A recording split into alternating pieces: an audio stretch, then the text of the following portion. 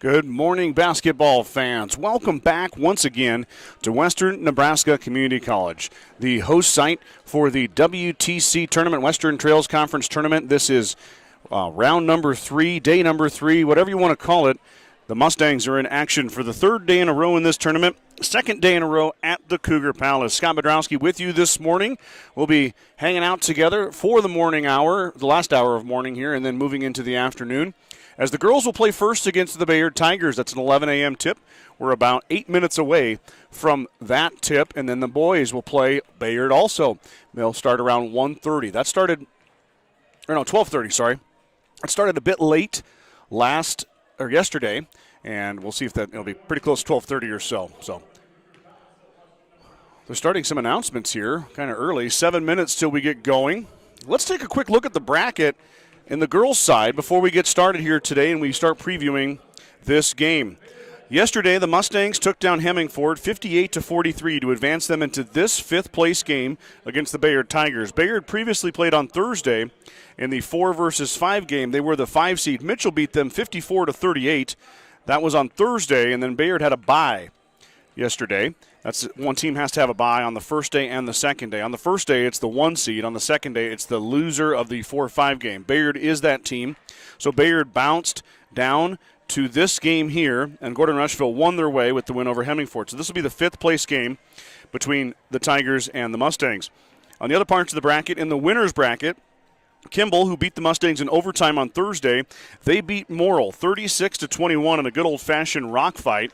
And I say that with all love in my heart. It just wasn't a lot of points scored between those two teams. But Kimball wins by 15. They advance to the championship game against the winner of the Bridgeport and Mitchell game, which was Bridgeport. Bridgeport won that in convincing fashion, 70-24. So a 46-point win for the Bulldogs, and they are in the WTC championship today. Today at 5 o'clock is the championship. Mitchell and Morrill, after losing yesterday, they drop into the WTC third-place game. That will take place at 2 o'clock today. So Mitchell and Morrill vying for third place, Bayard and Gordon-Rushville vying for fifth place, and Bridgeport and Kimball vying for first place in the girls' half of the bracket. Hemmingford was eliminated yesterday, so Hemmingford will not play today. Previewing these two teams, they met back on January 10th. The Mustangs went to Bayard, and they beat the Tigers 41-25, a low-scoring affair in that one as well. GR, though, pulled away at the end to win it. I know it's a kind of a lopsided score, but that was a close contest for most of the night, and I realize all 4 quarters count, so you can't discount the fourth quarter. But the Mustangs and the Tigers should play a pretty tight one here today.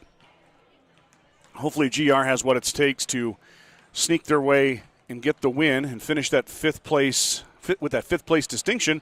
Also, more importantly, finish with a 2-1 record after a heartbreaking loss to Kimball on Thursday night in overtime. The Mustangs are led by junior Rarity Canoyer. Before I start, I should say, Mr. Hurlbert's been pretty busy, obviously, coaching on Thursday and Friday, driving the bus. So I don't have any stats from Thursday or Friday. So those will come out tomorrow. So these stats are heading into the WTC tournament as I go through them. They have increased over the last 2 days. Rarity Canoyer leads the Mustangs in scoring. She has 9.2 points per game. Canoyer also 38 steals, 16 assists. She came into the WTC tournament making 30 three-pointers. That leads the Mustangs. It's also a pretty good total overall, honestly. It's one of the best three-point shooting seasons we've seen by a Mustang girl in a long time since Tessa Hurlbert was donning the uniform. Rarity made 2 threes yesterday. I'm not sure how many she made in Kimball. I was not at that game, so I don't have any stats on that, but made 2 more yesterday. Lindsey Simonson averaging 6.4 per game. She'll be a starter, the senior. 56 rebounds, 27 steals, had made 26 three-pointers coming into the WTC tournament. And Lindsey with a pair of them yesterday as well, so that total has increased since we've started. Kylie Goings will get the start. The point guard, 3.9 per game. 69 assists for Kylie entering the tournament. That's a team high. That's also pretty much tops in the WTC. Ashlyn Denning started yesterday. Denning has averaging 6.9 per game. She had 15 points yesterday to lead the Mustangs. I didn't see the starting lineup yet, so if I'm wrong, Ashlyn started yesterday. I'm assuming she's starting today, but if something changed, obviously Ashlyn's going to have a role in this game, even if it's off the bench or in the starting lineup. Rowan Simonson, who came back from a knee injury she suffered over the summer. She played in Kimball and then played yesterday No stats yet on Rowan, as obviously we haven't had anything tallied yet, but she had 11 yesterday. She kind of played sporadically yesterday as she gets back, gets her legs back under her, and then Coach Robert didn't want to go too hard on her, I suppose, and that really paid dividends. Rowan gave some good minutes, and we'll probably see more of the same here as her endurance and her conditioning come up to speed. And Rowan obviously playing a big role already for the Mustangs, and she will start, or did start yesterday. We'll see if she starts today. Lexi Townsend will come off the bench. Lexi having a great sophomore year, 5.4 per game for Lexi. She had 12 yesterday, 4 of those coming at the charity stripe. Lexi can really shoot the free throw. 74 rebounds and 11 steals for Lexi Townsend. Other girls that will come off the bench, we saw Jocelyn Ruby yesterday. She's under a point per game, 13 rebounds, 5 assists, 7 steals. Jocelyn, a sophomore. Freshman Brittany Denning will come off the bench as well. Brittany, the guard, very speedy young guard. She's getting her feet underneath her in her first varsity season. 49 rebounds and 9 steals for Brittany. We will not see McKaylee Campbell for the second straight game. The Mustang starter is out with a knee injury. They're getting it checked out, hoping it's nothing too serious. Let's keep some positive thoughts and vibes for that, and hopefully it stays that way. They're going to get that checked out a little more. And, yeah, big thanks to Wade Leeper. Wade brought me a water.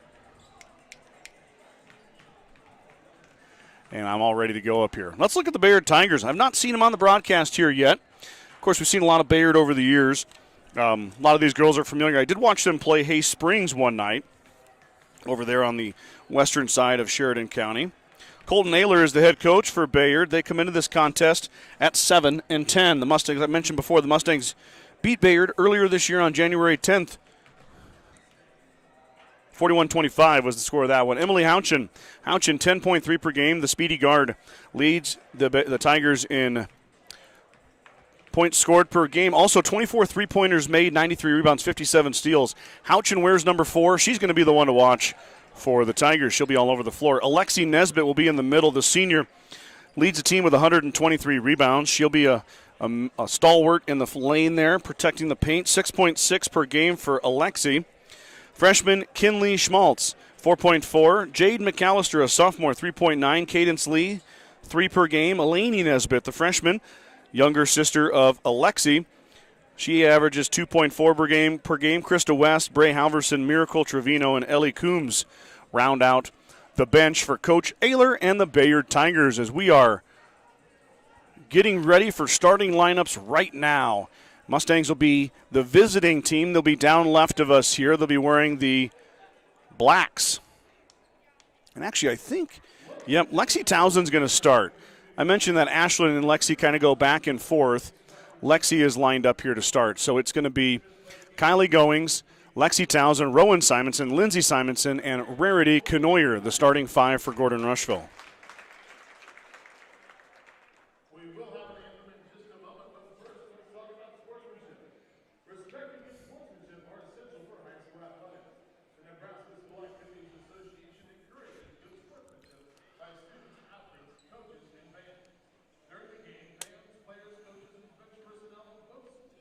We're going to have the national anthem here after the sportsmanship read by the WNCCPA announcer. National anthem right now.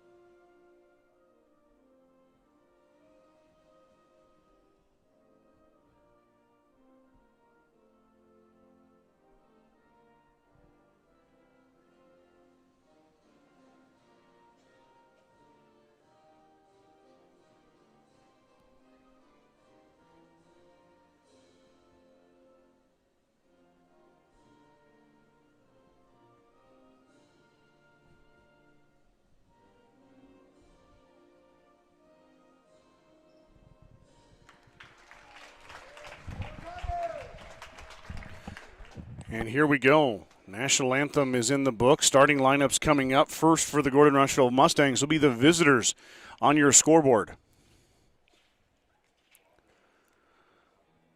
And now, without further ado, let's meet the starters for the visitors on the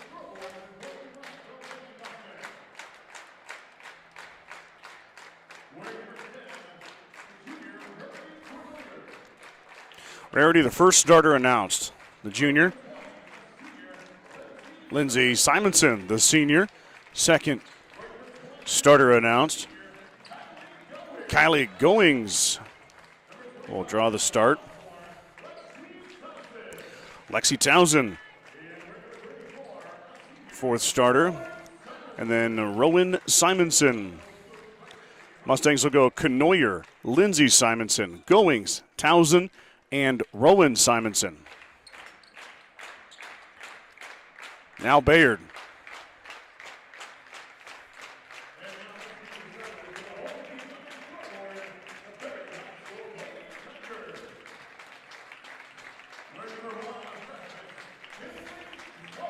Kinley Schmaltz, the freshman, announced first. Jade McAllister, the second starter, announced. Emily Houchin, the third starter, announced. Cadence Lee. And then Alexi Nesbitt. So it'll be Houchin, Nesbitt, Schmaltz, McAllister, and Lee. I think he announced Cadence as Katie. I'm going to go with that. On Max Preps, it's all formal. You know what I mean? You got to use the government name. Lindsey Simonson will step into the circle. She'll face off with the aforementioned Katie Lee. So freshman versus senior in the circle on the tip. Mustangs going left to right on your screen. And Townsend controls the tip back by Simonson. Mustangs win the tip. They'll get the first offensive possession. Pass inside to Simonson. She has it swatted away. Backs it out. Knoyer back to Lindsey. Now back to Rowan. Nesbitt pestering. Nesbitt with the full protective face mask on as the Mustangs back it back out. Still 10 on the shot. Now another touch for Rowan Simonson. She looks to drive. She hangs. Too strong. Rebound tipped around. Grabbed by Kylie Goings. Goings steps through. Finds a cutting Rowan Simonson. She's fouled. So Goings with the offensive board. Simonson with the cut. A little too strong on her shot attempt, but she's going to go line to shoot two. Foul will be on Katie Lee. First foul, of course. We're just 40 seconds into this one as Simonson left it short. So Rowan, back from injury, her third game back now. She's been a shot in the arm for this Mustang basketball team, and a positive one.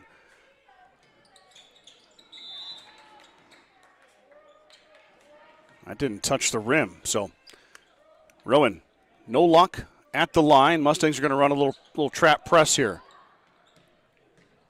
Houchin through the middle. Bayard beats it. They'll set up their half court as Nesbitt picks her dribble up, but she's got a teammate there. Back to Nesbitt. Now Nesbitt in the corner for three. She fires, and it's good. Alexi Nesbitt gives the Tigers an early lead, and they're going to put their press in.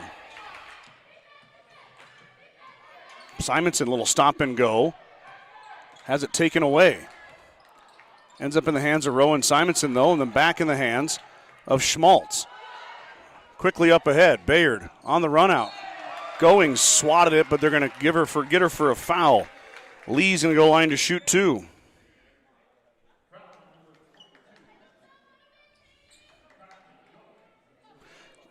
Katie Lee at the line, the freshman. So both teams with a trip to the line here so far. Lee shot too strong. I just got a text. I have not done any wrestling results. I haven't been able to look those up yet. I am flying solo today, so that'll have to happen at a break. Lee goes 1 of 2 at the line, and the lead is 4-0.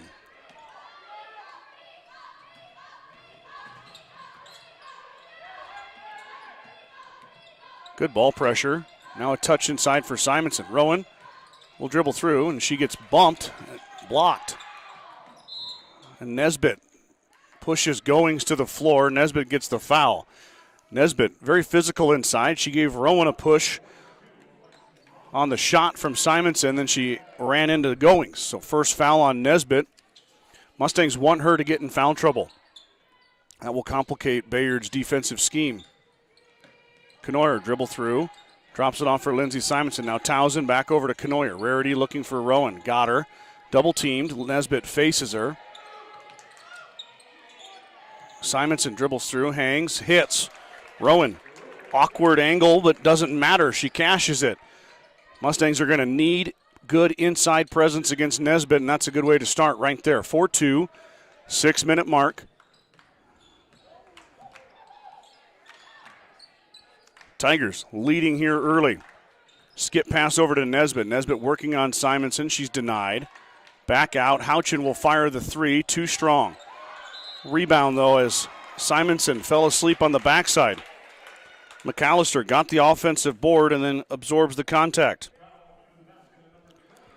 Lindsay's got to get a body on her and get her boxed out.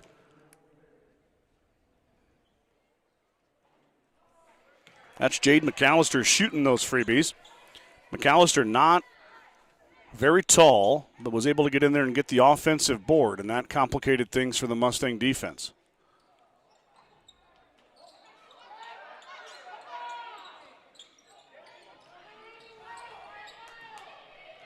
Mustangs might have got away with a lane violation there. Inside to Simonson. Rowan can't hit it. Gets her own rebound and puts it back up and in. Rowan's got 4.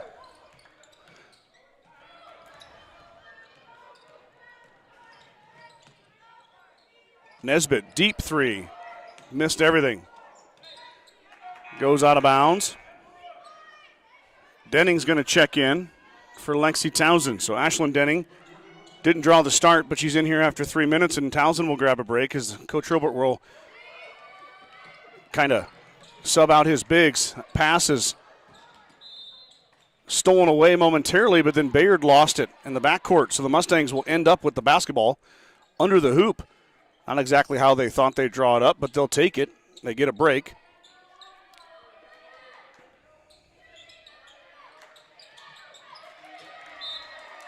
Pass is tipped away there by Schmaltz. It stays with the Mustangs. Goings had Denning open. Got it to her that time. Ashlyn can't get it to go. Puts it back up and in. No good either as Denning goes flying out of there. And Goings gets called for the foul.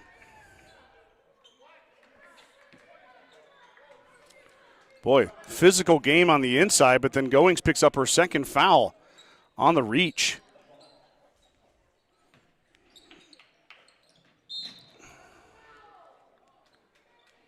Goings bumped into Lee.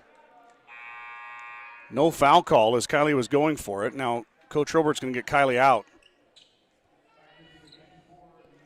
Talk to her real quick. Remind his senior point guard they need her on the floor. They don't need her in foul trouble.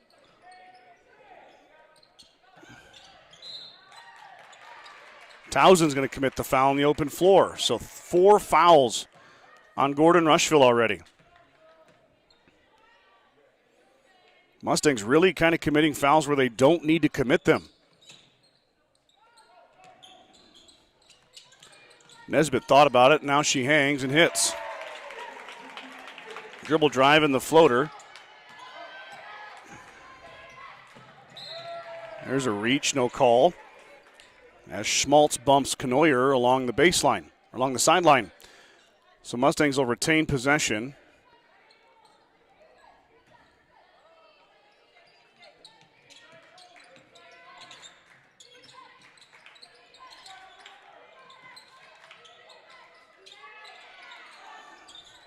Denning fires the baseline jumper, not there.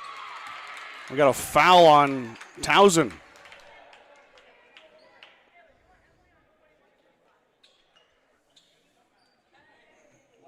And Bayard's going to shoot.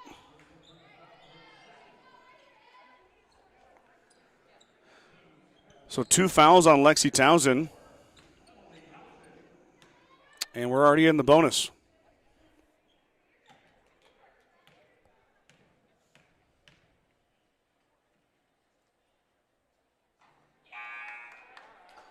Houchin missed the first. Brittany Denning's going to come in. So Coach Robert going into his bench, I think, probably sooner than he wanted to. But the fouls dictating that here as Townsend and Goings have both with 2 fouls here in the first quarter. Knoyer being pestered. She breaks the timeline. Pass inside to Simonson. She left it short. Jump ball will go to Bayard.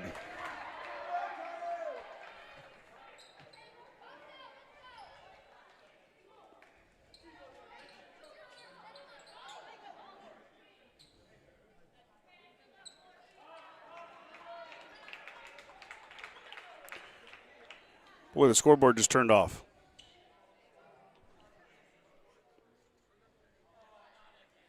Now it's back on.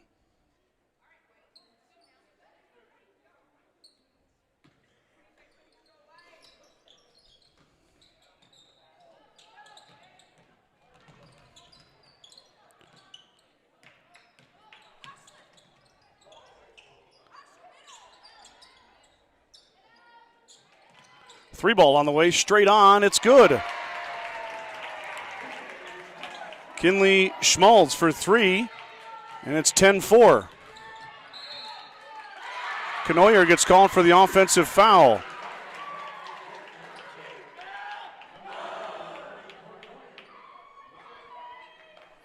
So 6 fouls on the Mustangs here. That's a offensive foul, so she won't shoot.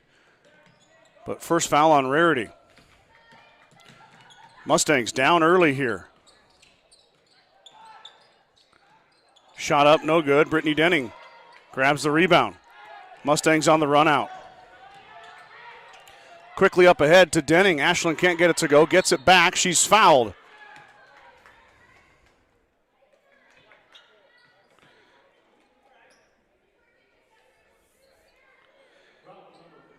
Brittany Denning with the rebound on the other side. Ashland up ahead. She had a chance. Big sister couldn't get it to go. Now she shoots the free throw, and she makes it. Ashland, the Mustangs are going to need her to finish at the rim. They're going to need that inside presence here, especially the third game in 3 straight days. And Ashland converts. Excellent free throw shooting from the junior, and the lead down to 4. As Bayard off to a hot start here at WNCC. Mustangs in a bit of foul trouble already. Nesbitt wants to dribble, drops it off. Now Houchin has it poked away. Picked up by Krista West, who has just checked in. Houchin's going to fire the triple. Too strong. Beautiful box out on the inside by Brittany Denning. The freshman playing some meaningful minutes here in the first quarter and paying off for Coach Hobart and crew.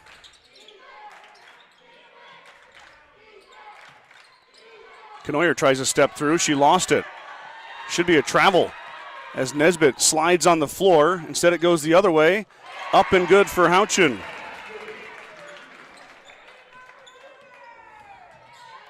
Houchin applying the pressure to Denning. She finds Lindsay Simonson.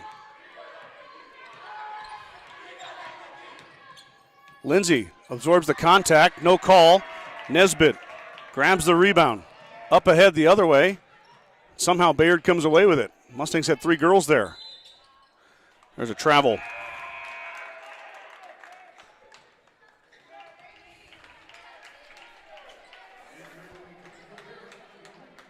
Mustangs are going to have to dig deep here. Third game in 3 days. Long trip to Kimball on Thursday. Back here yesterday for a hard-fought game against Hemingford. Now they're getting a Bayard Tiger team who didn't play yesterday.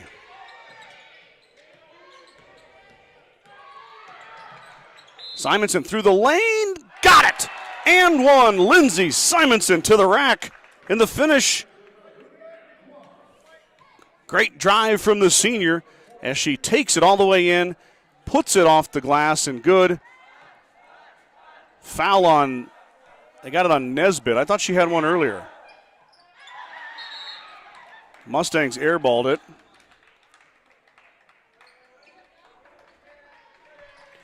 They missed a foul on Alexi Nesbitt. She should have 2. Only shows 1 on the scoreboard.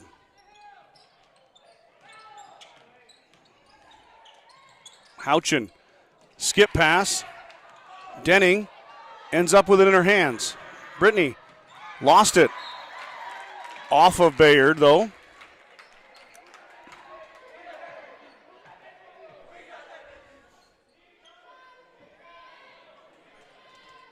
Stays with the Mustangs.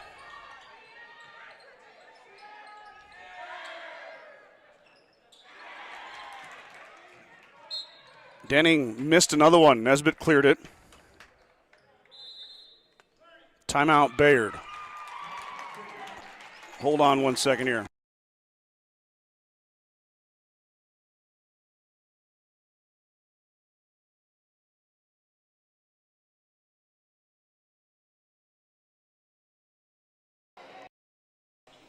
Give me 1 second here, everybody. I'm going to mute it, and I'm going to clear something up, and then I'll be right back.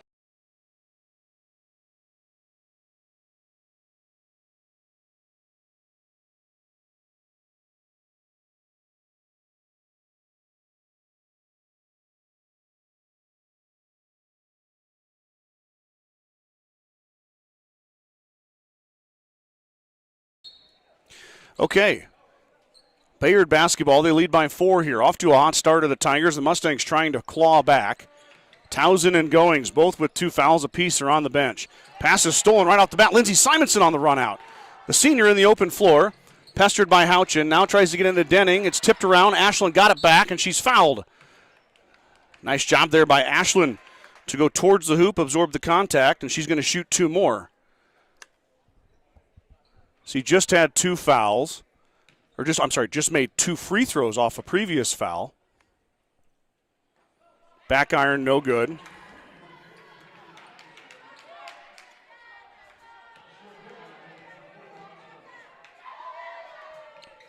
Makes the second. So 3 of 4 at the line is Ashlyn. Does a nice job there. Cuts the lead to 3. This is going to be a bit of a hard-fought game. I told you it was going to be close. GR did handle the Tigers on January 10th, but that game was closer than the final score showed. Houchin now for 3. Got it.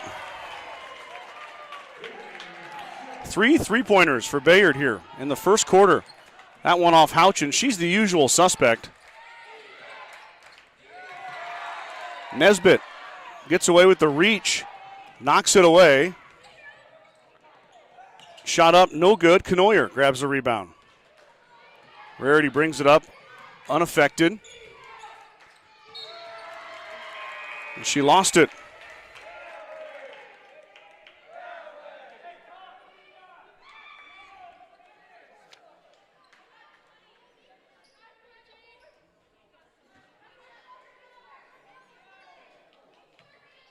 Six-point Tiger lead. 45 on the game clock here before before halftime, before the end of the first quarter. Houchin with another 3. In and out, no good. Long rebound out to Nesbitt. Houchin drives, backs it out. Now Nesbitt. Jocelyn Ruby clears. Nesbitt hangs, missed it. Goes off the shoe of the Tigers. Out of bounds to the Mustangs. That went just off your screen there, sorry.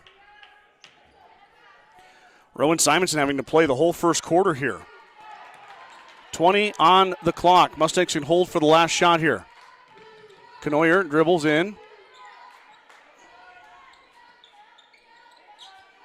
Rarity fires a 3 with a hand in her face. She missed it badly. Tipped around inside. Houchin gets the loose ball rebound. Now Emily Houchin on the run out. 2 seconds, not there. Simonson clears, and we're going to the second quarter. That will end that one. 15-9. Bayard leading here at WNCC. And what's kind of a bit of a shocker is they take a 6-point lead, and the Mustangs are going to have to regroup.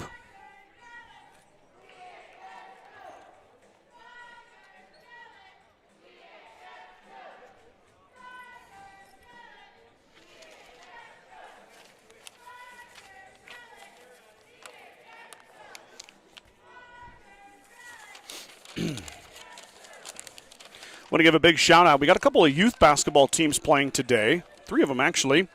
2 from the girls' side. They're in Valentine. The 5, 6, and the 7, 8 girls are playing in the Valentine tournament today. And then the 3rd and 4th grade boys hosted a little triangular, or are hosting one right now, at Gordon-Rushville High School. So shout out to the little ones hooping it up today. Tomorrow, as there's no rest for the weary, I will be headed to Valentine with my 5th grader as the 5 and 6 boys will be playing. So big shout out to all of our volunteer coaches who do all that. Eric Roth, Scott Sturkle, Ryan Alcorn, Matt DeLiesel, and George Veer. Thank you guys for your dedication to our community and coaching those kiddos, because I will guarantee you there is no paycheck. So great job, gentlemen. Also the assistant coaches, Joanna Kahn, Josie Perez.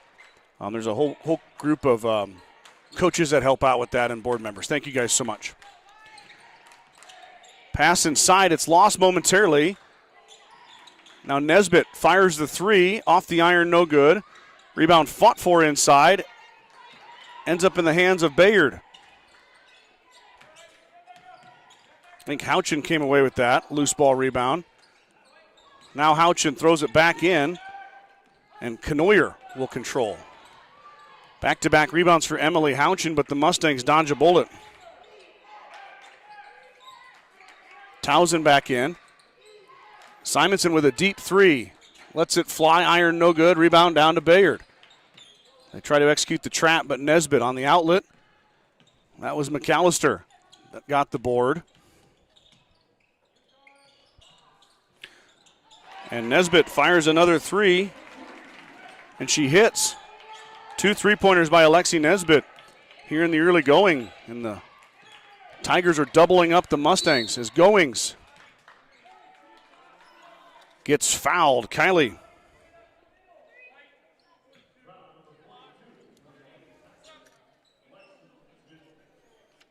That's Nesbitt's 3rd foul.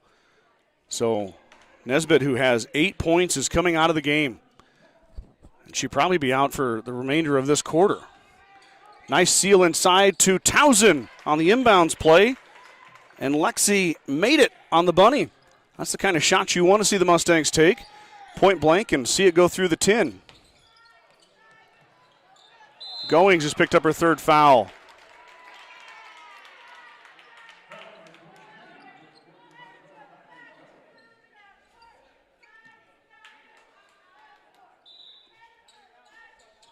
So now Goings is going to have to sit the remainder of the quarter. So 2 starters, 1 from each side with 3 fouls, as the officials brought their whistles with them today. And they're going to use them, by God. Houchin fires the 3, no good. And Simonson will clear the rebound. No contest there for Rowan. Knoyer will now have the controls. Play point guard for the Mustangs with Goings out with fouls. Houchin pestering Denning. That's off the Mustangs.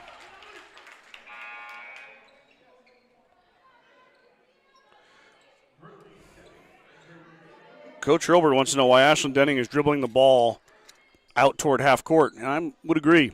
She needs to either stay strong, post up, triple threat, find a pass, or dribble towards the hoop. Because Houchin took advantage. Pass inside to Lee, and she hits. Katie Lee with her first field goal. Lead now 9 again. Knoyer into Denning. Ashlyn underneath. She's fouled. Ashlyn's going to the line again. She's been there quite a bit already. This will be her 5th and 6th free throw attempt. She is 3 of 4 this morning. That's all 3 of her points as well. Second foul on Houchin as the fouls are going to start piling up for both sides. Ashlyn hits the first.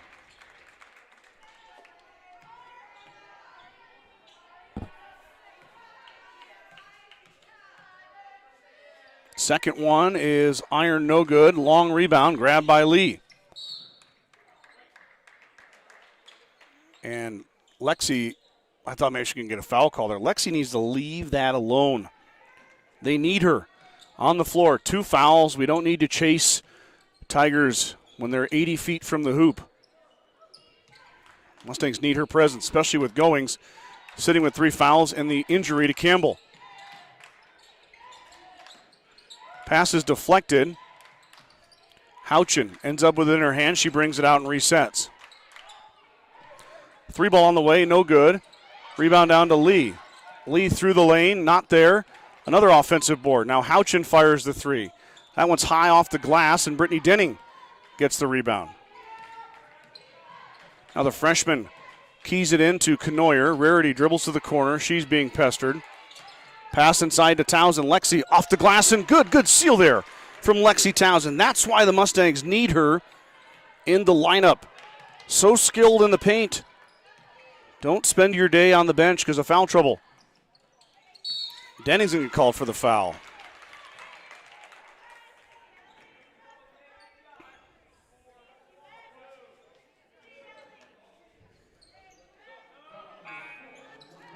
First foul on Brittany Denning. Second foul of the quarter. Lead right where it was when we ended the first quarter at 6. Pass inside is stolen away by Lindsay Simonson. Now Lindsay, foot on the gas pedal. Up ahead to Brittany Denning, and she got it to go. Brittany Denning, who will be starring on a track near you very soon. The speedster gets out in the open, playing huge minutes here for the Mustangs due to foul trouble. The freshman with 3 rebounds, and now her first field goal. Shot up, no good. Houchin lost it. Knoyer grabs a loose ball. Now Rarity in the open floor, being chased by Lee, and Knoyer finishes. Lead just like that, down to 2. Gordon-Rushville having a good second quarter here, chipping into that Tiger lead. Now that pass is errant, ends up in the hands of Denning. Ashland gets the steal. Mustangs with a chance to tie or take the lead here on this possession. Pass inside to Townsend. Lexi tries to wrap it around to Denning. It gets there, but Ashland had to reset. Townsend up and through, can't get it to go, but Denning's on the other side. She can't get it to go. And Houchin clears the loose ball. Houchin with no numbers. Denning got beat. Houchin now on the offensive putback, not there. That time Brittany got it. Now Denning on the run out, looking to push with numbers. She'll back it out.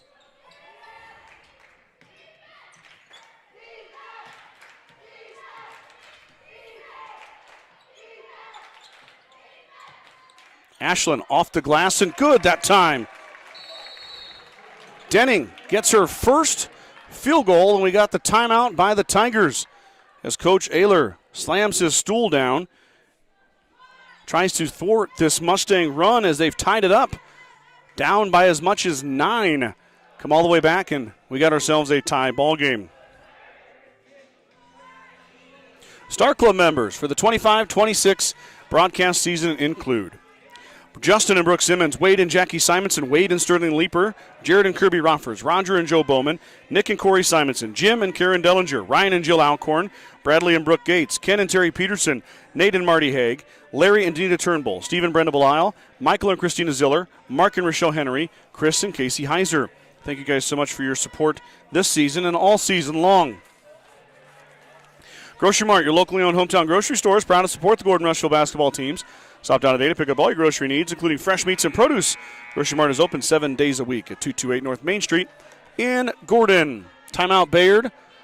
2:58 to go here. Second quarter as we inch closer to halftime. The Mustangs have erased a lead that was as big as 9 for Bayard. Big buckets from Denning, Ashland, Brittany, Rarity, and Lexi Townsend have pushed the Mustangs to the even point with the Tigers here. Lee will fire the triple, hits the iron, no good. Rebound fought for and grabbed by the Tigers. And then Houchin traveled with it. Kinley Schmalz grabbed that rebound from Brittany Denning. And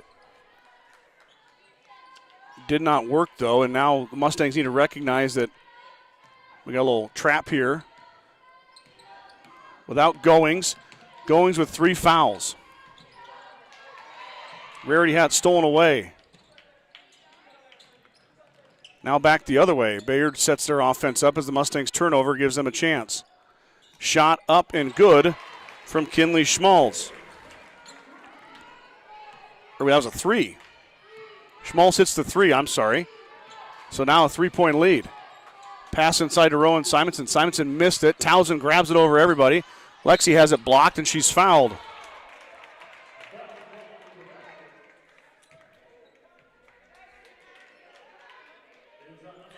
Lexi doing work inside. Oh, I got to move my camera a little bit. There we go. Townsend will shoot the free throws. First one is good. Nothing but nylon for Lexi Townsend. Mustangs have 5 makes at the charity stripe. They've been there a lot. Been a lot of fouls called this game. Already 13 attempts for GR. This will be the 13th right here. Back iron, no good. Long rebound out to Houchin. She's got 5 boards. She's indispensable for this Tigers team. So is Alexa Nesbitt. Nesbitt on the bench, though, with 3 fouls. You can say the same for the Mustangs as Goings awaits her turn till after the third quarter. Wow. Somehow the ball comes out to Lee. Mustangs unable to get it. Young lady from Bayard was sitting on her behind right there in the paint. Surprised we didn't have a 3-second call either. Haven't seen a single 3-second call this entire tournament. Brittany Denning gets the rebound. I don't think I've seen a 3-second call made all year on the broadcast. Townsend dribbles. Nope, she just passed it. Didn't decide not to dribble. Now Knoyer will fire the triple. She missed everything.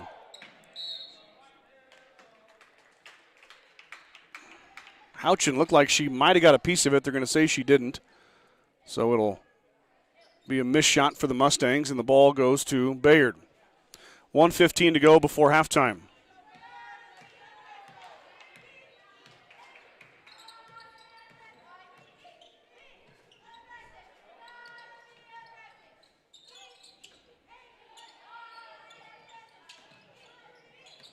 Tigers working it around. Houchin now sets up in the corner. Nobody home. Goes baseline. Back out to Houchin. Houchin up to Schmalz. Schmalz just made a 3. Was kicked by Knoyer.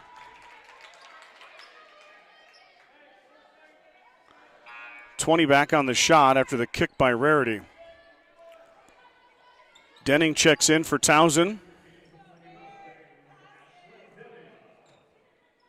So 20 on the shot now. 38 on the game clock. Houchin skip pass. Bayard working it around now. 8 on the shot. Houchin probably going to shoot here. She will. Got the rim, and Denning corrals the loose ball rebound. Mustangs with 21. They can hold for the last shot if they want. Simonson's going to go to the hoop, and she's fouled as she just absorbs the contact. That's on Houchin. That's going to be her 3rd. That is her 3rd.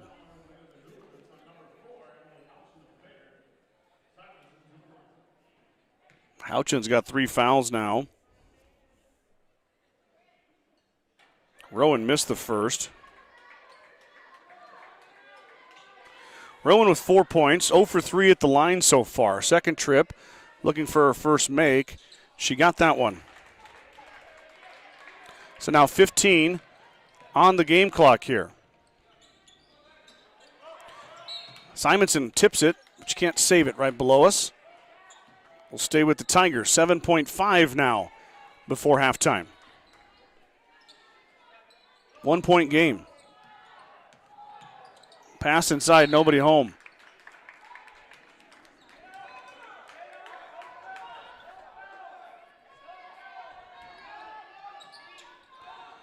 Rarity throws it up ahead. Knoyer got to it, but unable to save it. No time came off the clock. Rarity touched it in bounds, but they're going to... Houchin fires at the buzzer. Not there. We're going to go to halftime. 23-22. Bayard leads the Mustangs at the end of the second quarter.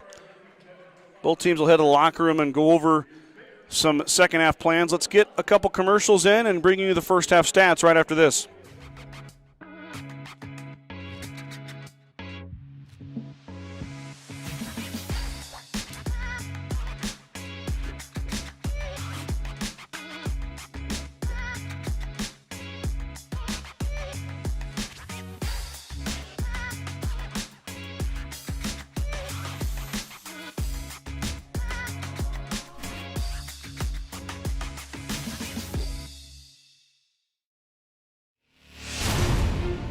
When the field is your office, you never get tired of going to work. Cut, rake, bale, repeat. New Holland offers the power and versatility to get through the day. From small squares to large squares and everything in between, New Holland has you covered. Visit your local dealer today to find out more. New Holland, equipped for a new world.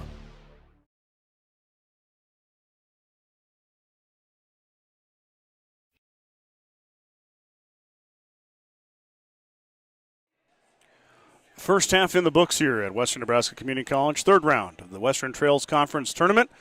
Cougar Palace playing host as it does annually for this excellent tournament. The Mustangs came out a little slow. They did close the gap. They were down as much as 9 in the first half, now down 1 at the break, 23-22. For Gordon-Rushville, Ashlyn Denning led them in the first half with 6 points.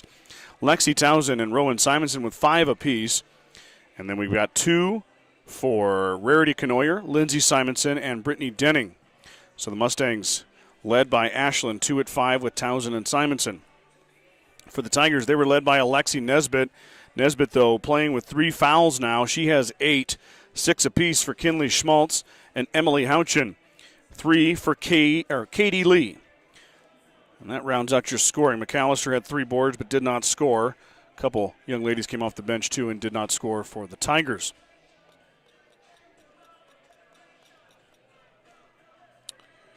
Of course, we got a lot of stuff going on in Mustang Country. The girls are wrestling right now in Ogallala. There's some girls who are fighting for their life, figuratively, in that tournament. We'll get an update here in a minute on that. Jeff Bedrowski tuning in. Also, my mother is tuning in. Thank you, guys. Jackie Simonson's at that wrestling tournament. She's checking it out. Jaden Denning cheering on the Denning girls. Corey Simonson, here we go, Mustangs cheering on Rowan. We got Brittany Kearns up at the Hill City Wrestling Tournament cheering on the Mustangs. Nancy Strong, and then Warren Ruby with a nice compliment for me. Thank you, Warren. Appreciate that. There's not as many Rubies watching today because there's quite a few of them here in the gym with me. So a little less viewers out there right now, a little less Rubies, more Rubies in person. Let me pull up a tab here if you just bear with me. See if I can. If you haven't used track wrestling, it's a learned skill. I'm not smart by any means, but it takes a lot for me to get it all squared away. Here we go. Be prepared. There's going to be some heartbreak today. There always is. Districts is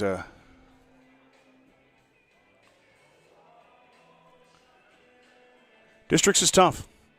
You know, wrestling teaches you there's no participation trophies. The only way you're going to Omaha is if you flat out earn it.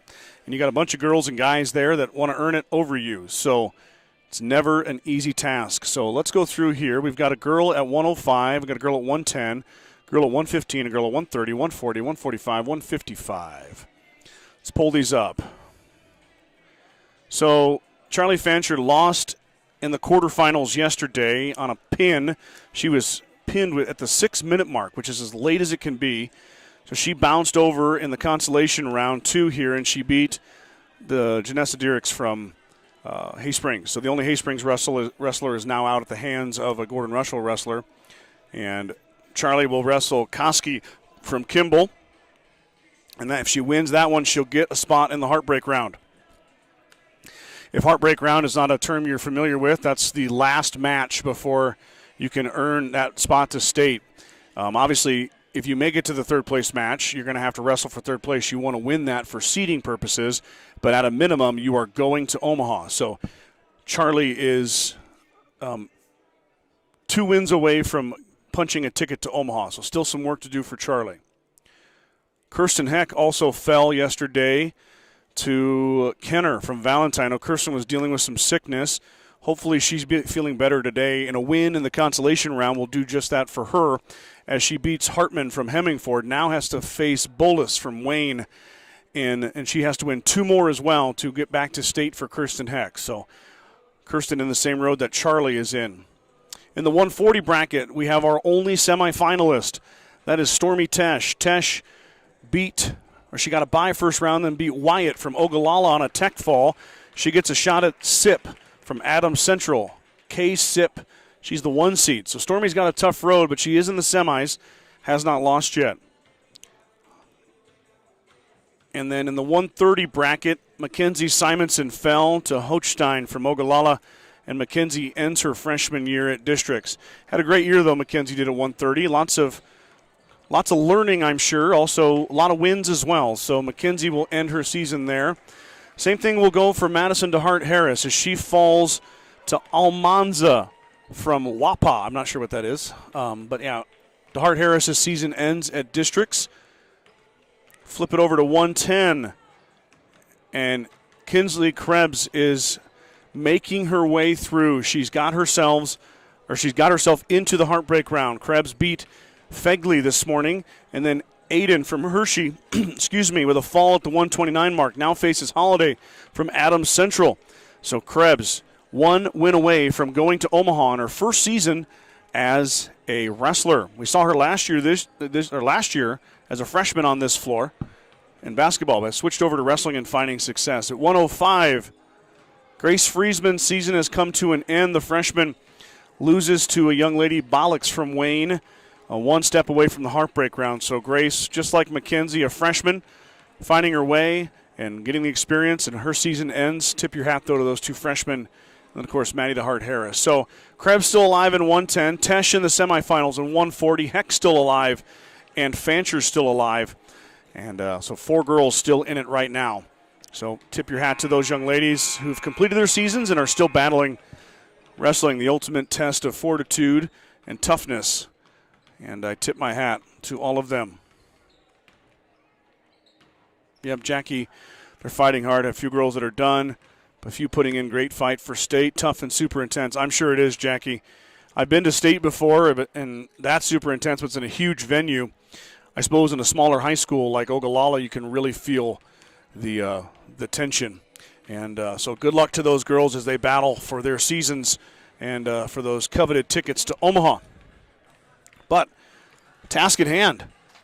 Both teams are out of the locker room, and this is a 1-point lead for Bayard, trying to avenge a loss they suffered at the hands of Gordon-Rushville on January 10th. GR trying to play a 3rd day in a row after a late night in Kimball on Thursday, here yesterday morning bright and early for a hard-fought game against Hemmingford, now fighting off a pesky. If I got to be honest, GR is going to have to finish more at the rim. Simonson, Denning, Towson, too many easy shots that are not going in. They need to get those taken care of, and also Towson and Goings need to watch the foul trouble. All the girls do, actually, because there's been a lot of fouls called out there for both teams. Houchin and Nesbitt, both with 3 fouls apiece. They're going to have to toe the line as well. At the First National Bank of Gordon, we are invested in our customers' financial success, celebrating over 130 years of service and commitment to our communities. We understand the importance of building relationships, not just accounts. Stop in and visit with one of our dedicated employees about your financial future. The First National Bank of Gordon, member FDIC.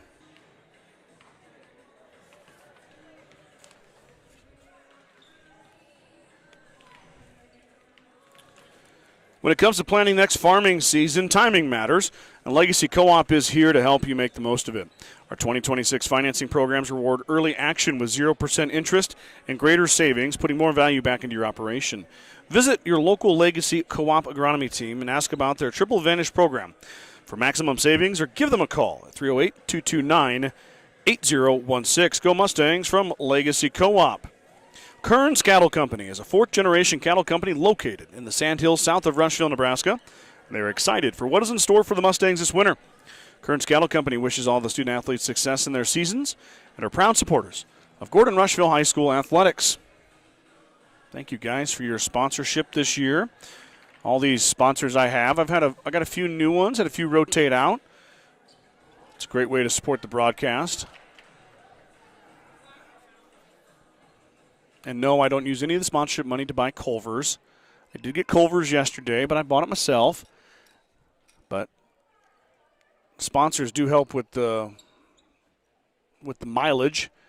Put some miles on the old pick-em-up truck here this past few days as we came to Hemingford and then to Scottsbluff twice in a row.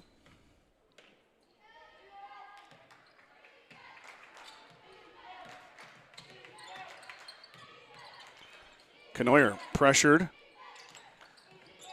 Pass inside to Simonson is stolen away.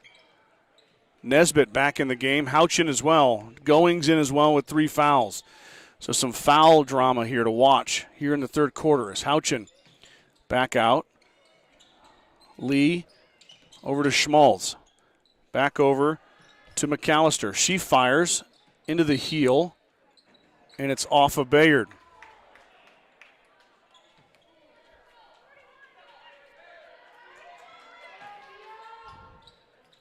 Mustangs are going to deal with the press here. As Knoyer crosses over, crosses the timeline, but has it poked away. Rarity turns it over. Houchin looking for help. Goings can't get there in time. Now Bayard on the run out. They have numbers momentarily, but Mustangs get back. Lee out to Houchin. Houchin for 3. She fires and hits. Houchin's been good today. 2 threes from Emily. She's been good when she's been on the floor, but she's got to be careful. As Simonson sets a hard screen, takes the brunt of it. Knoyer into Simonson, and Rowan banks it off the glass with authority. So the Mustangs answer back, still trailed by 2 after the Houchin 3.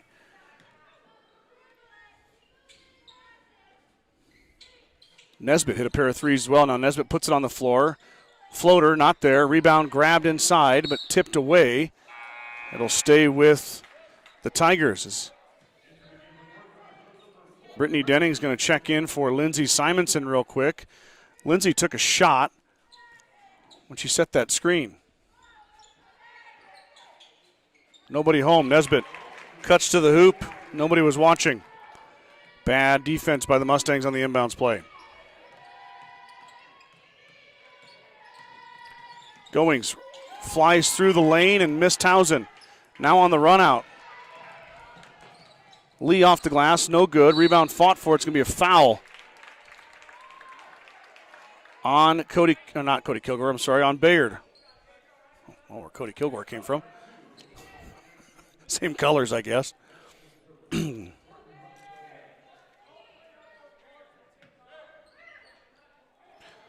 Goings is passed to nobody. Rarity didn't run.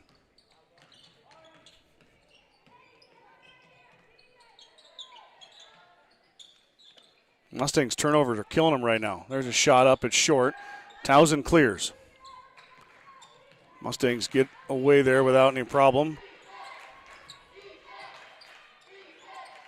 Pass inside to Rowan. Rowan drops it off for Townsend. Townsend back out to Knoyer. Rarity dribbles in, now into Rowan. Rowan up and over, not there. Goings fighting for it. Brittany Denning fighting for it, and Denning grabs it. Pass inside to Townsend. Not there. Townsend tried to find Simonson. It's stolen away.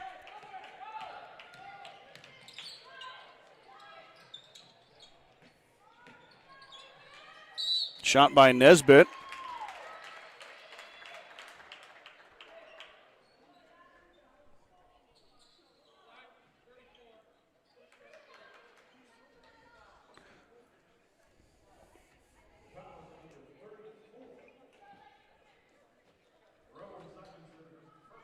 Simonson gets called for the foul on Nesbitt. She went running into the lane. And Rowan gets called for the foul. Now Rowan's going to come out and take a breather. Ashlyn Denning's going to check in. Lead back to 5 for the Tigers.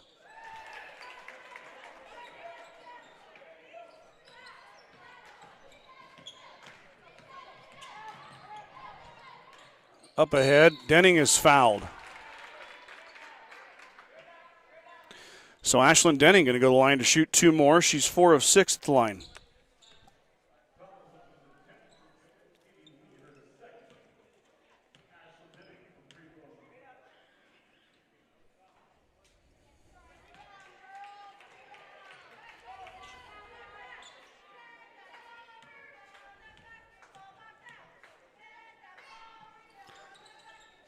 Denning can't get either to go. Rebound is corralled by McAllister. Nesbitt drops it off. 3-ball on the way, not there. Houchin skies in and grabs it with Denning.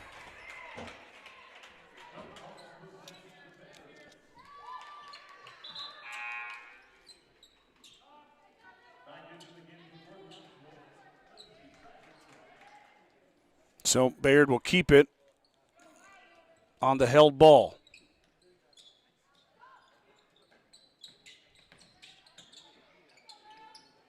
Lee's shot at the free throw line is good. Katie Lee puts it in, and the lead is back up to 8.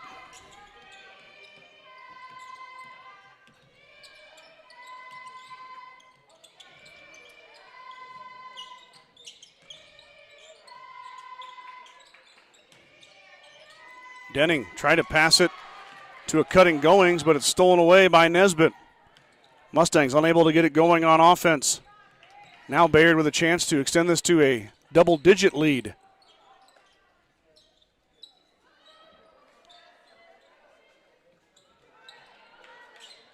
Mustangs trying to deny here.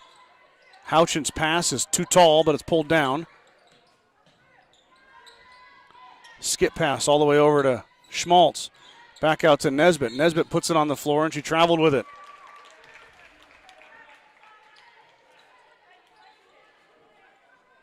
So the Mustangs get the turnover.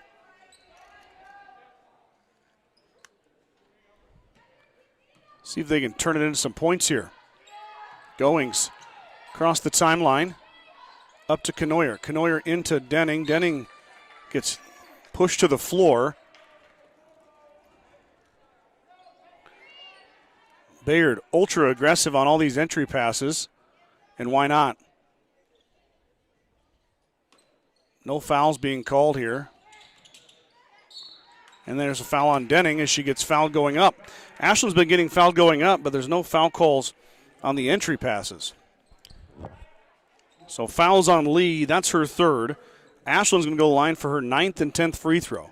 She's 4 for 8 so far here tonight. I keep saying tonight. It's morning still. And that one rolls in. So Ashlyn now 5 of 9. Krista West back in.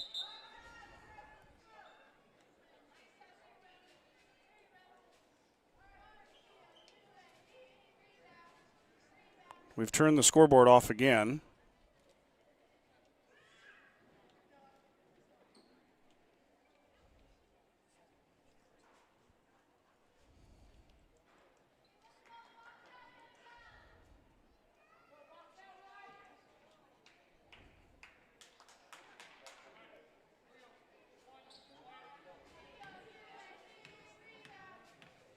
Second one coming for Denning.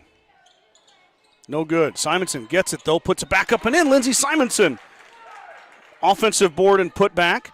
So instead of getting the point from Denning, the Mustangs get 2 from Simonson. Lead back to 5. GR needs a stop here as Schmalz dribbles top of the key. Pestered by Knoyer. Rarity playing a lot of minutes, has not come off the floor here today. Knoyer showing you that cross-country endurance as Houchin fires the triple. Off the heel, no good. Rebound fought for inside, ended up in the hands of Schmaltz. Back out to Houchin. Fresh 35 for the Tigers on the offensive board.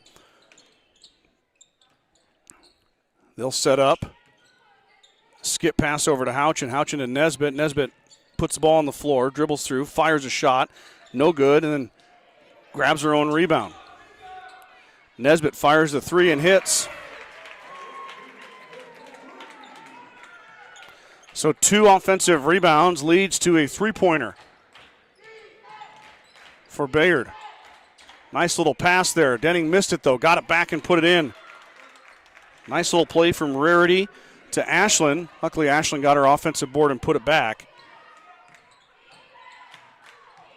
Denning's got 9 to lead the Mustangs. Now Ashlyn tipped it away. Canoyer fighting for it. Ball ends up with Tigers. Now they have numbers. Shot up, no good from West. Simonson grabs it. Lindsay with another board. Goings' pass is too strong as she trying to get it to Ashlyn.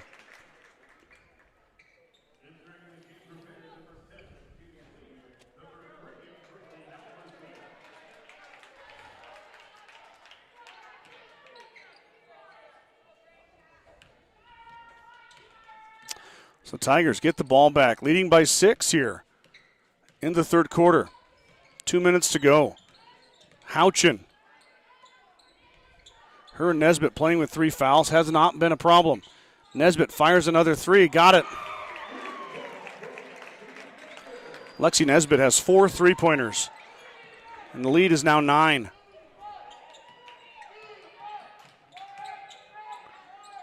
Shot on the other end is too strong. McAllister clears the rebound. Jade's got 5 boards for being a not-so-tall guard. She's been all over the rebounding stat line.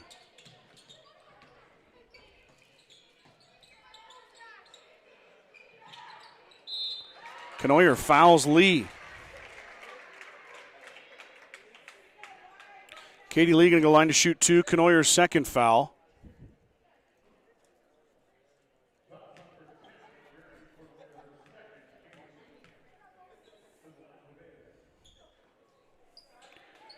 Bayard comes into today a 16% three-point shooting team. They've made 8 threes. They've made 52 on the year in their 17 games. Quick math tells you about 2.5 a game, but 8 today.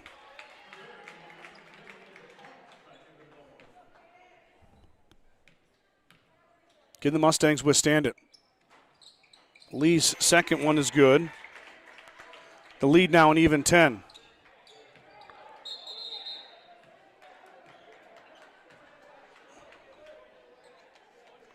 Oh, the officials gave the ball to the wrong team. Everybody's giggling down there, but not the Mustangs.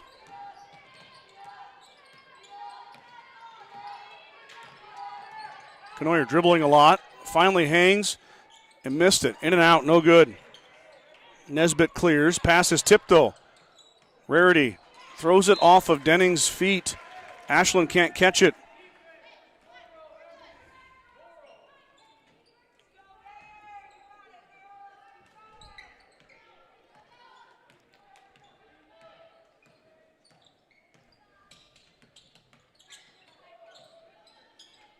Bayard now with a chance to add to that 10-point lead. 3-ball on the way. Iron no good. Another offensive board comes out to the Tigers.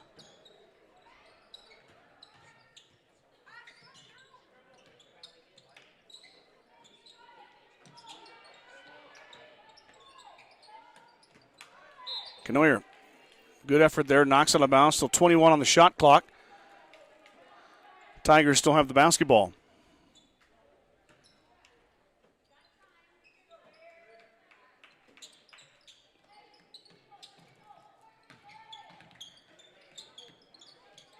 Three ball on the way.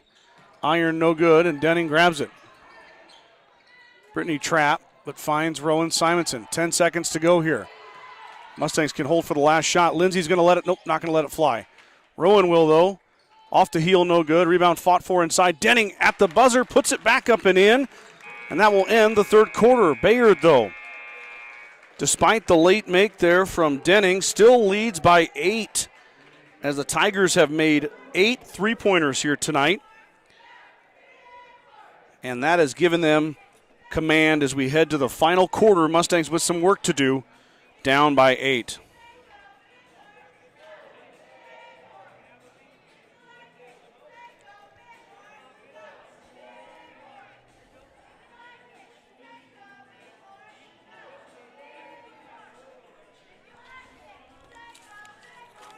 Field Grill would like to wish the best of luck to all the Gordon-Rushville student athletes playing sports this winter. Whether it's before or after the game, Field Grill has all your needs covered for a night out, from delicious options on the menu or your favorite cold beverage. When it comes to full glass service, the Mustangs know just who to call to get the job done, Jeffco Glass. Whether it's windshield to chip repair or windows and doors for your home, call Weston and Tammy Bailey at 282-2341 for all of your glass needs. Jeffco Glass wishes the Mustangs the best of luck in 2026. Bagan Propane is your local and family-owned propane supplier. They are proud to support the Gordon-Rushville Mustangs and our area youth. Contact Bagan Propane at 360-3579 with any questions you have about how they can help with your propane needs.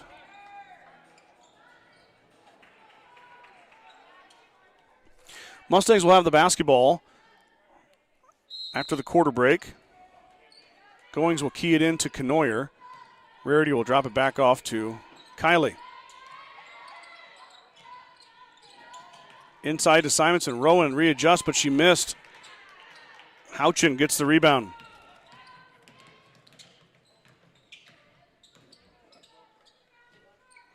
Nesbitt fires the three and hits. 5 3-pointers by Alexi Nesbitt. That one well beyond the college ranks. 9 3-pointers now. Ashland falls away after the offensive putback. Back up the other way. Simonson swats it. Now Ashland on the run out. Passes to Rowan Simonson. Simonson's fouled. She'll go line to shoot two, so the Mustangs still unable to really finish around the rim. Rowan, though, draws the trip to the line. It's Houchin's 4th foul, though, so that will help as Simonson misses everything.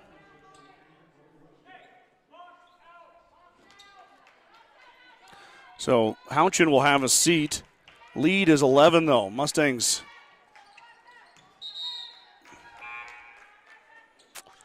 not able to draw iron as Rowan.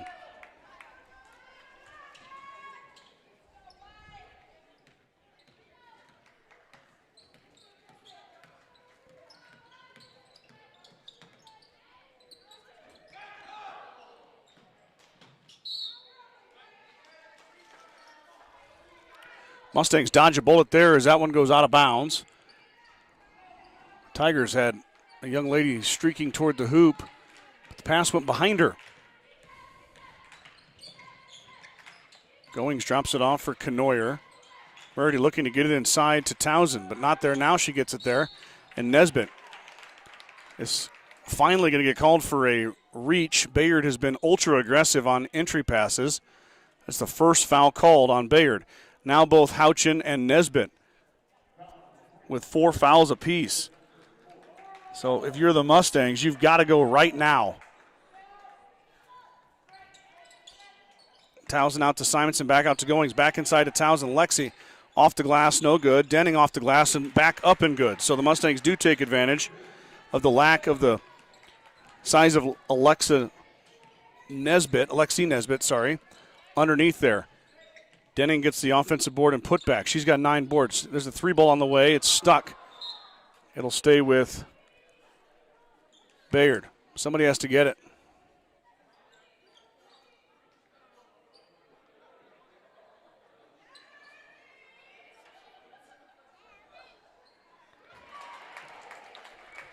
Canoyer climbs on the shoulders of Ashlyn Denning. Denning, of course, a cheerleader. Rarity not, but teamwork makes the dream work. Already punched it out and it went in. The Bayard fans celebrated, but they get the ball on the stoppage. That's a dead ball, jump ball, when it gets stuck in the rim. Mustangs are kind of out of sorts here. Double teaming. Shot up. No good. Rebound down to Townsend. Lexi corrals it. Mustangs get a stop. Now they need to convert. Can't wait till last minute to get this done. They're going to start chipping into that Tiger lead. There's a pass inside to Denning. Ashland hangs, can't get it to go. Rebound down to Halverson. Timeout, Bayard.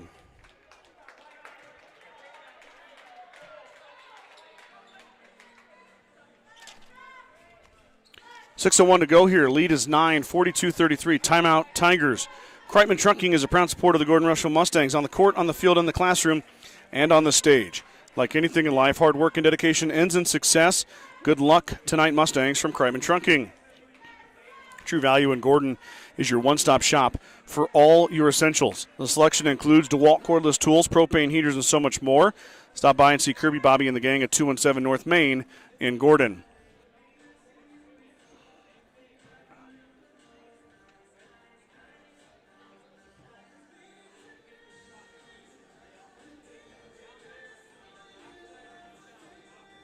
Where are we at here? Now we're going semis.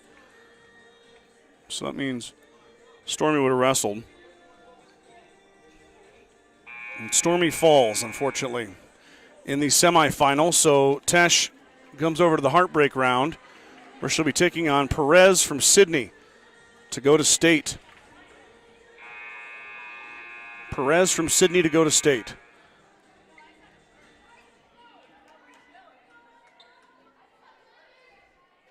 Okay. Back here to basketball action. Bayard basketball. Pass is able to get in, and the pass up ahead was loose for a second. Tigers find it. Control.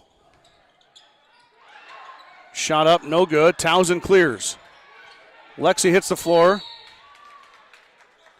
And Coach Robert calls a timeout. So another break in the play. Let me get back over to wrestling, see if we have any.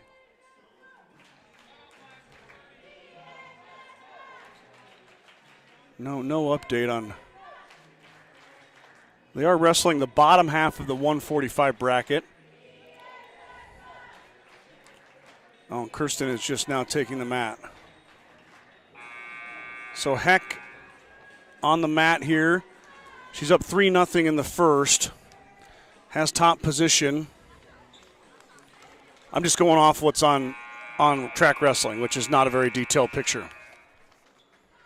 Okay, back to the task at hand. We'll have to check on Kirsten in a minute. GR basketball after the 30-second timeout by Coach Robert. Still down by 9. Down by 9. Mustangs have to go here. They've got Nesbitt and Houchin on the bench. They're coming back soon. Townsend hangs. She can't get it to go, and she's fouled. Just what you need here. You need to be shooting, trying to cut in this lead while the clock is stopped. Lexi, 1 for 2 tonight at the charity stripe. Had a nice day yesterday at the free throw line and gets it going good on this trip as well with the first. Lead down to 8 now. Townsend trying to make it 7. We're going to see Nesbitt and Houchin probably at the 4-minute mark. Second one won't go, but Simonson got it back. She missed it. Townsend collected it. Pass is stolen away. Lexi's pass taken away by the Tigers. So the Mustangs had a chance. Tigers stole it away, though. Shot up and good by Crystal West as she goes right by Rowan Simonson. Lead back to 10.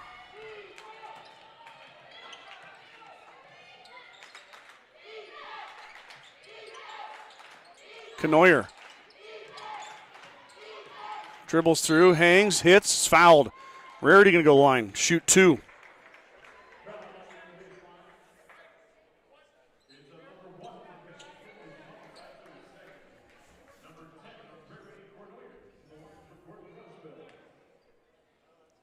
Knoyer. Good on the first one. Lead back to 9.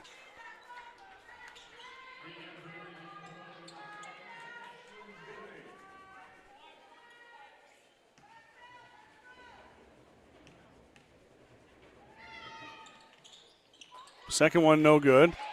Rebound pulled down by Bayard.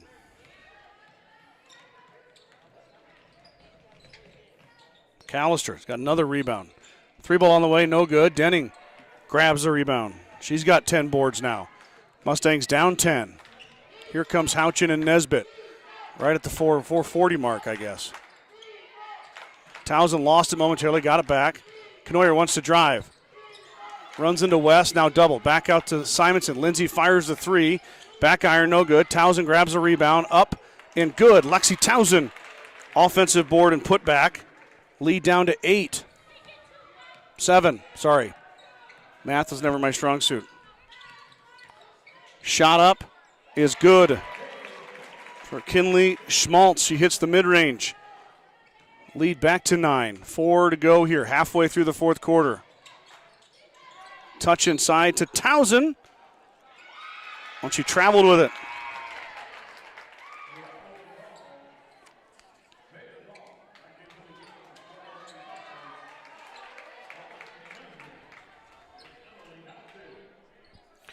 Houchin and Nesbitt back in.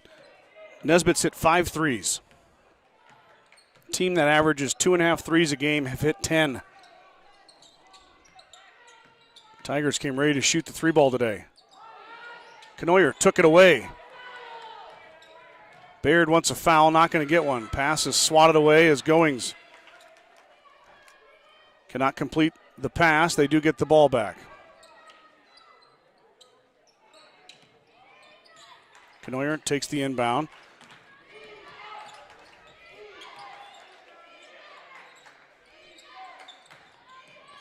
Townsend around the horn to Denning. Denning puts it up, can't get it to go. And Houchin grabs the rebound. Mustangs come away with nothing.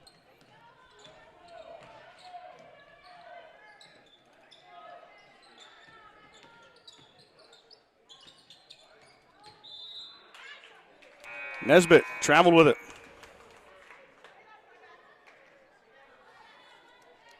Lead still 9.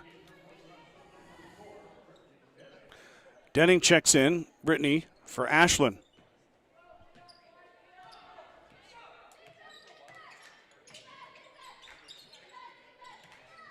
Townsend, little around the horn to Denning, and Brittany lost it.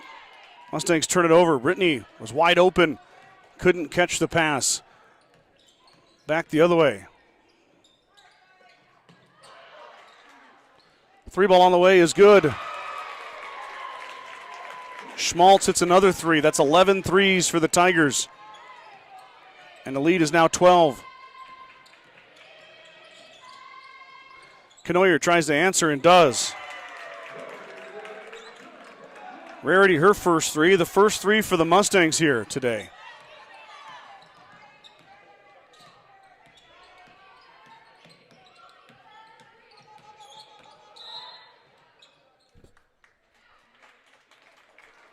I give Simonson a foul.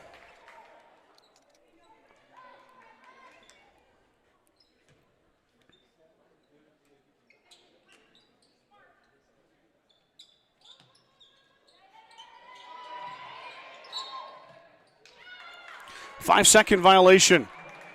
Turnover. Mustangs with a chance here. 9-point lead.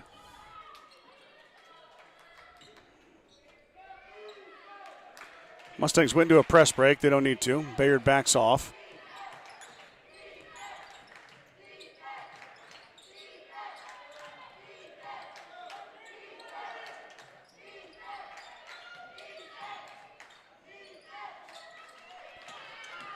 Townsend unable to get it to go as it goes off the backboard.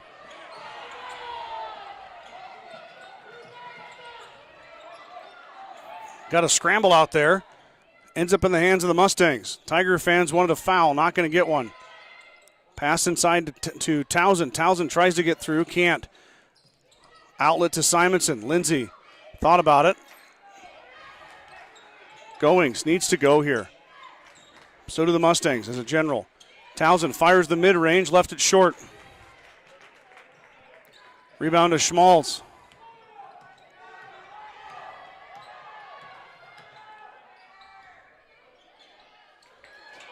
Pass inside and one.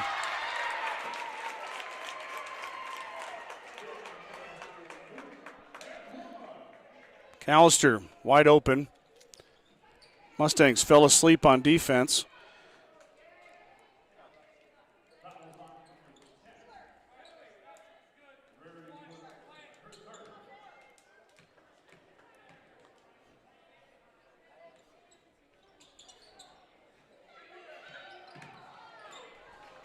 Simonson rips it away from Lee.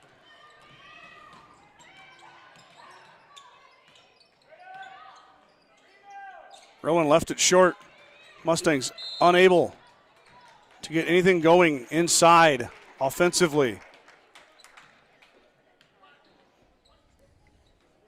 That's Kylie Goings' fourth foul.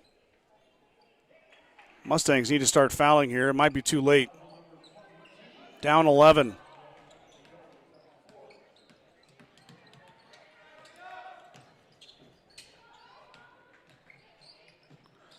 Shot up, no good. Simonson. Goings cross.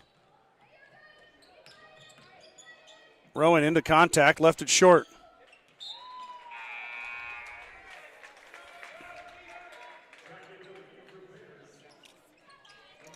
.45 seconds to go. Bayard in position here to take home fifth place.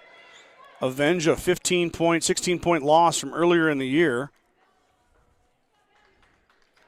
Mustangs have been asleep all morning. Not looking good.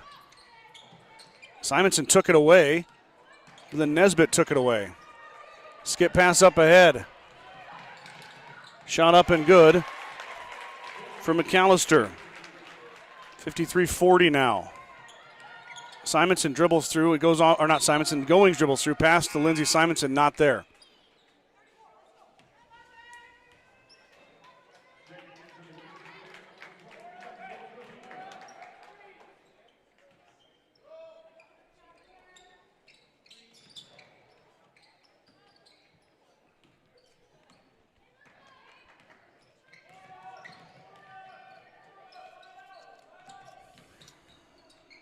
Shot up, no good.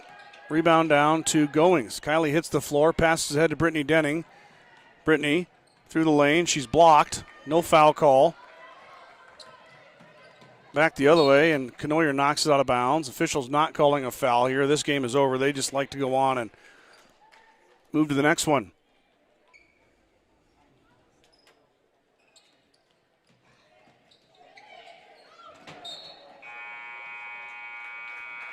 And that'll do it.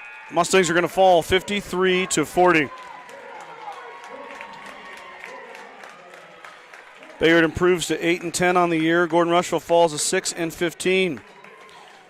Bayard gets fifth place. Gordon-Rushville finishes sixth place. Let's take a commercial break. We'll recap the stats right after this.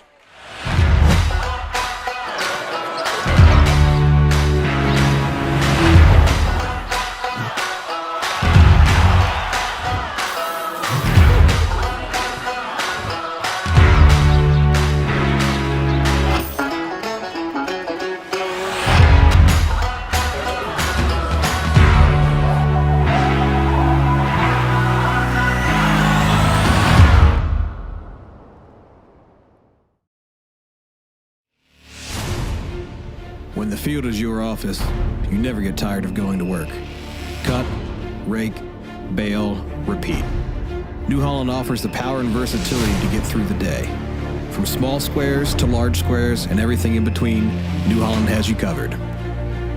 Visit your local dealer today to find out more. New Holland, equipped for a new world.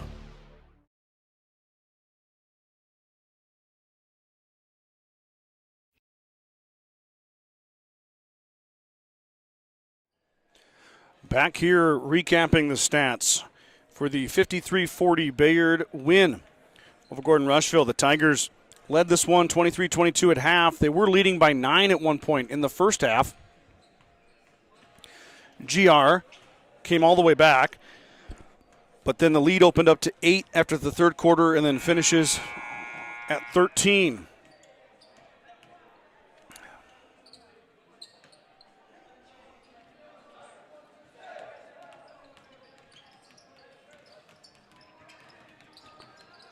Mustangs are out on the floor. And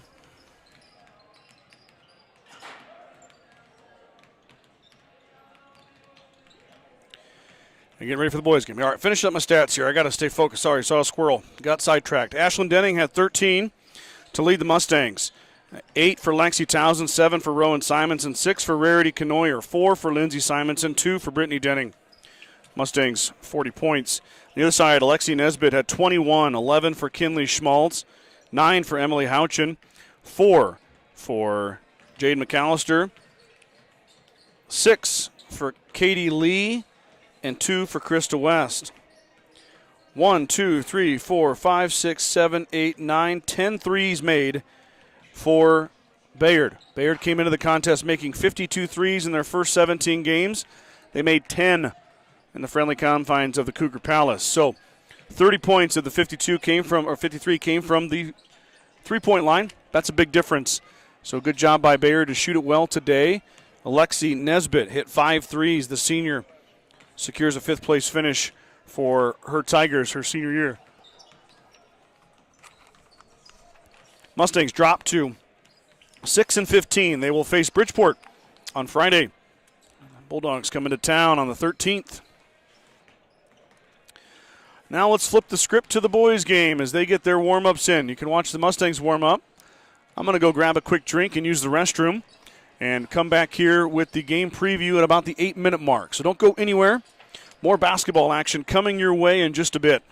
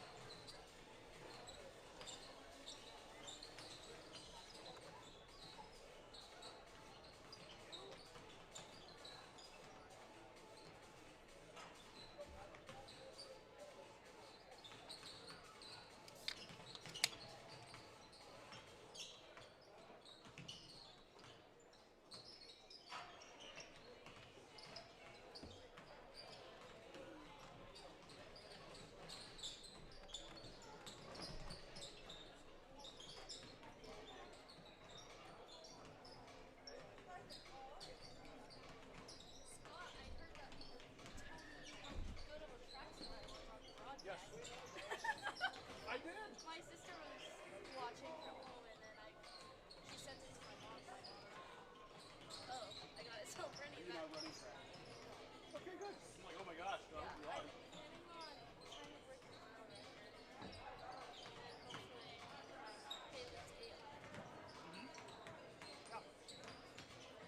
You gotta come up with a little. I don't blame you. Don't break the mile record. What is the mile record?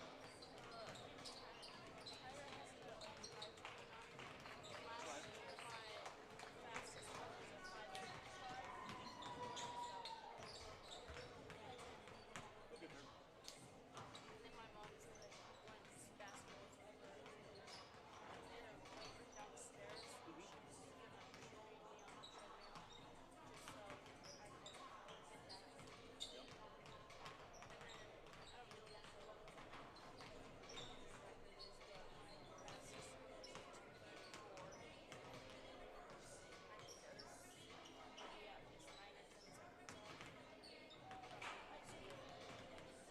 Don't be afraid. Ask my wife questions too. She was a 5'10" miler in college. So I know she did your gate, like the whole team's game. Have you ever, I mean, that's for everybody. If you want to go in and talk to her about it, she loves talking running. She loves working with kids. Of course, we're going to be there a lot too anyway. Well, not this year, next year.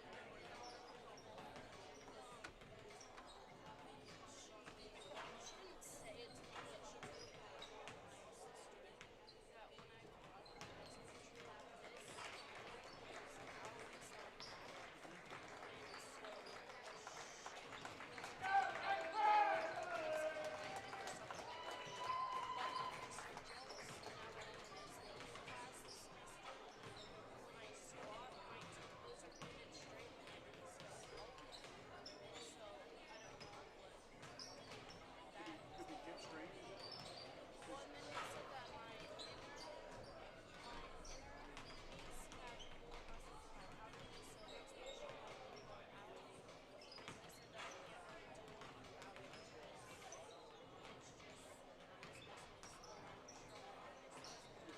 You can work the outside muscle.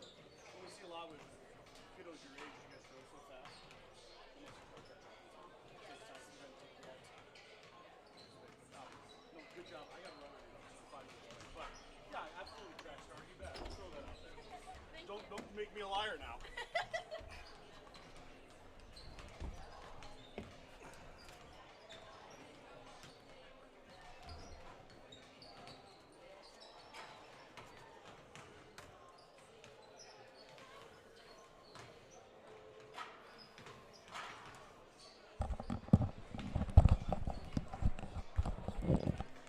Okay, getting things squared away here for the boys' game. Once again, the hospitality room here, provided by the Western Trails Conference. Kicks butt. Chicken tacos today, all the fixings, guacamole, queso. Everything a guy could want. Ready to reset here after the girls fell in a tough one.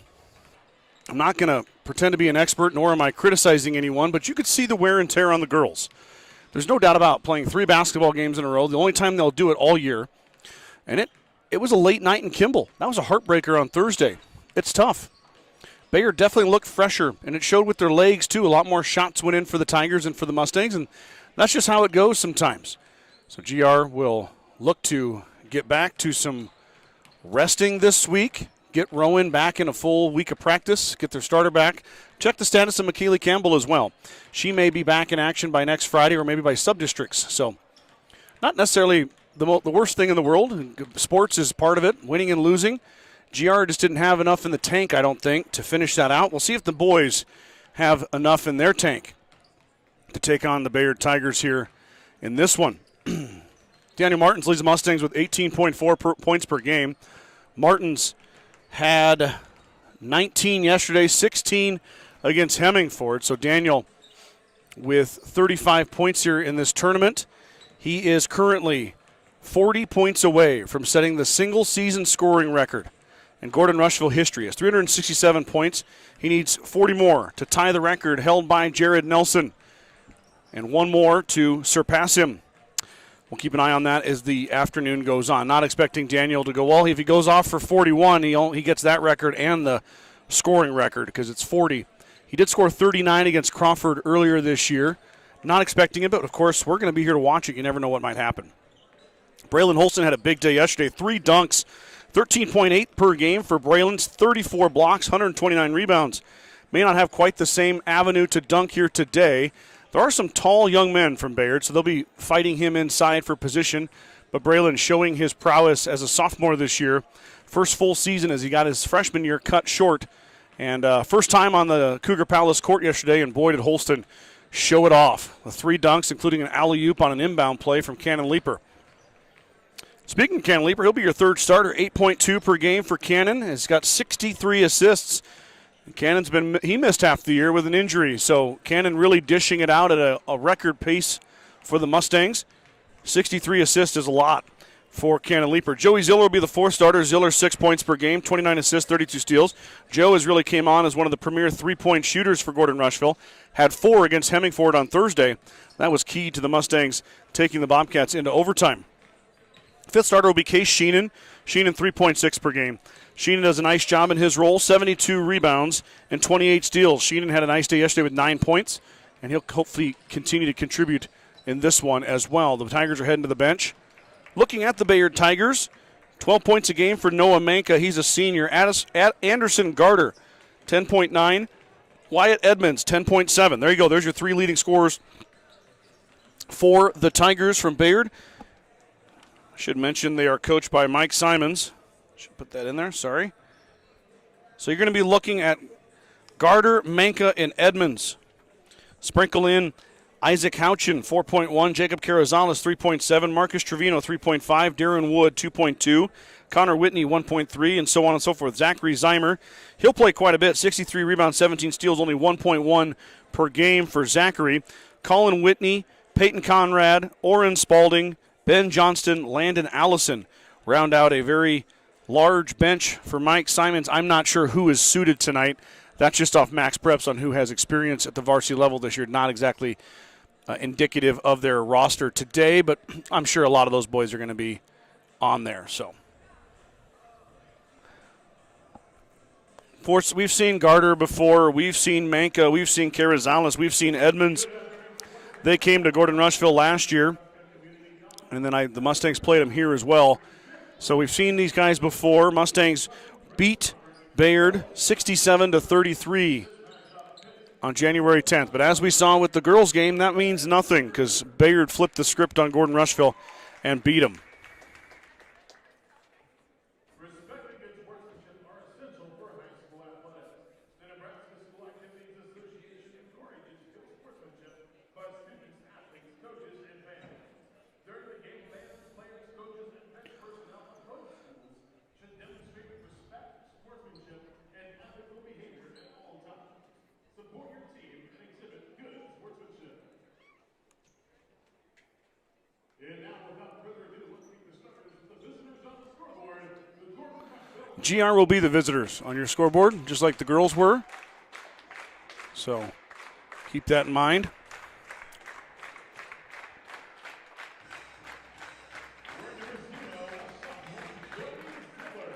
Joey Ziller, first starter announced for the Mustangs. Braylon Holston now, number 2. Cannon Leaper. Daniel Martins, the senior, 4th starter. And then Case Sheenan. This is, we presume, Martins, Holston, Leaper, Ziller, Sheenan. Now for the Tigers. Noah Manka is up first, senior, wearing number 11.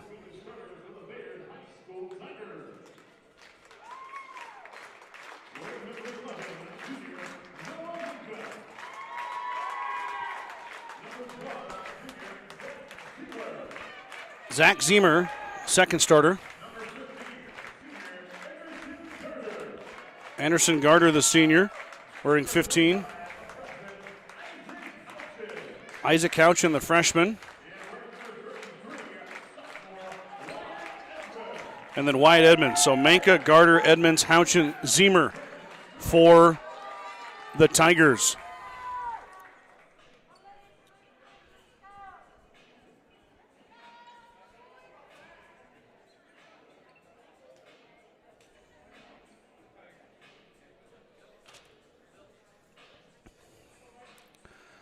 So I think Edmonds is going to jump it. No, Garter's going to jump it.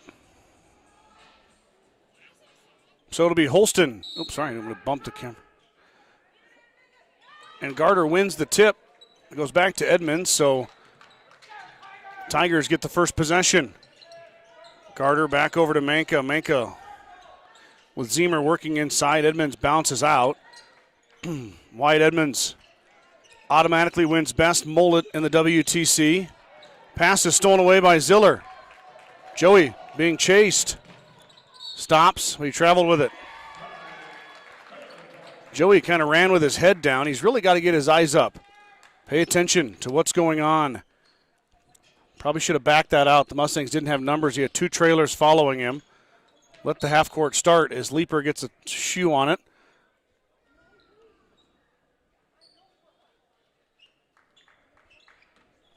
Stay with the Tigers.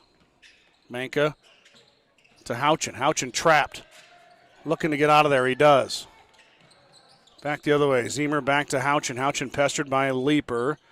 Back around the circle we go. Garter now into the watchful eye is Sheenan. Back over. Here comes Manka for 3. Fired, missed it. Martins grabs it. So first look from Manka, no good. Back the other way come the Mustangs. Edmonds guarding Holston. Braylon up and over Edmonds and hits. So Braylon pops the lid off the tin for the first one.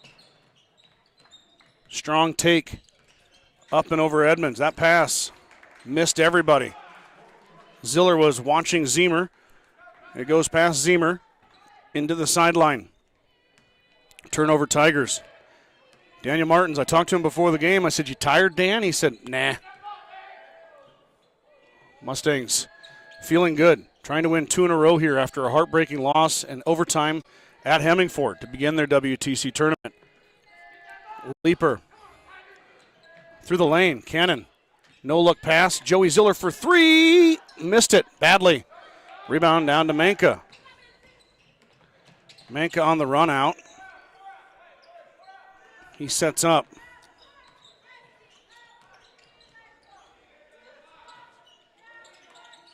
Manka now into the lane, hangs, lets it fly, not there.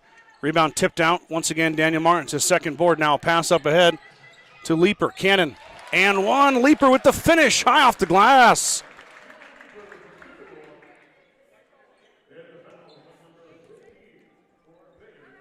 Cannon Leeper elevates, finishes, draws the contact, foul on Garter.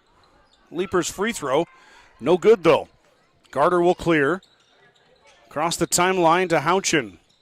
Over to Edmonds. Houchin on the handoff, back to Edmonds. 2-man game. They'll spread it out here though. Houchin dribbles in. Nice little fake. Back out it goes. Manka fires the 3. Iron no good. Holston falling away. Grabs the rebound over Edmonds. Athletic play from Braylon. Martins now on a run out. Daniel Martins to the rack. Assist goes to Leeper. The leading scorer for the Mustangs scores it. The leading helper for the Mustang dishes it.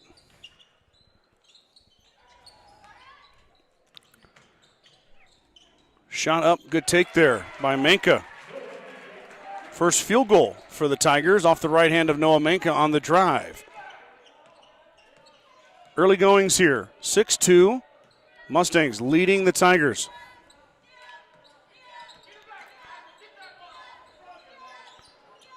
Holston working on Edmonds. Back out to Cannon. Leeper, step back 3. Fires in and out, no good. That thing was halfway down. Sheenan got the rebound though. Case looking for help. Finds Ziller along the baseline. Good hard rebound from Case Sheenan. Young man working hard inside. Leeper's 3 was in and out. Thing was halfway down. Cannon hangs, left it short. Garter will clear. Leeper being ultra aggressive here. That should be a travel. No call. Garter now hangs, trying to take advantage. Got his own shot. Got his own miss, I mean. Got his own rebound off his shot. Boy, it took me 3 tries. Got it right the final time.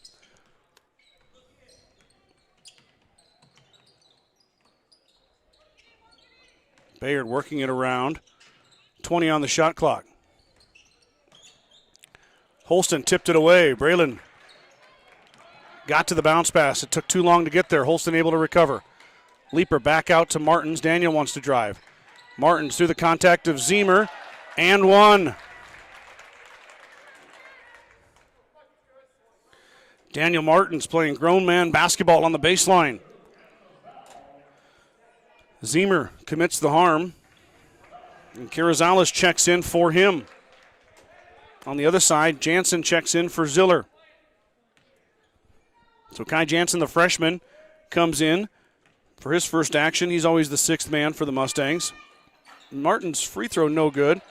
Holston back up and no good.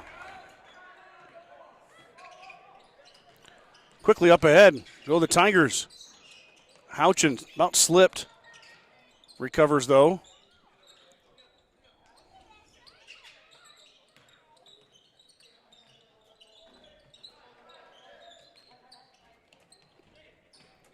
Carrizales stepped through. Back out to Manka. Manka to Carrizales. Jansen following him around. Houchin stepped on the line as he missed the pass. Turnover by the Tigers. Just got a message here. Let me pull it up. Kinsley, Stormy, Kirsten, Charlie, all in the heartbreak round. Got 4 wrestlers in the heartbreak round. Now Jansen's going to fire the triple. Iron no good. Rebound down to Houchin. Open floor. Manka to Carrizales. Carrizales lost it briefly, got it back. Now Edmonds with a touch way outside. Looking for a cutter, not there. Now he wants to put it on the floor. Try and take Holston to the rack.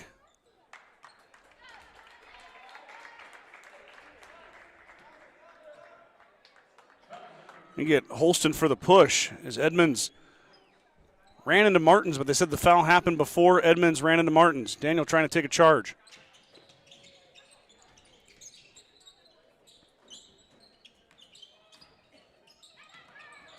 Holston stepped in front of Edmonds, stole another one.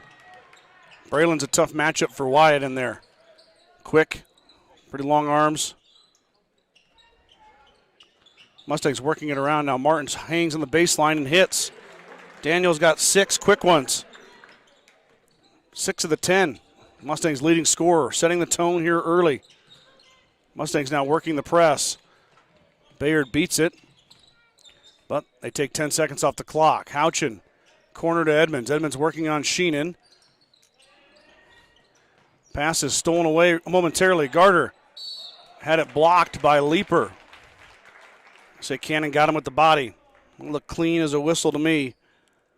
Cannon swatted it out of there.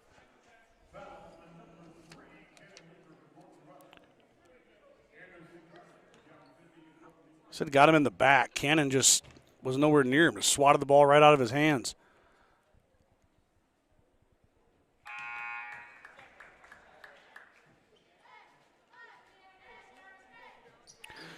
Garter missed the first one. Darren Wood checks in. Wood, the freshman, wearing number 2.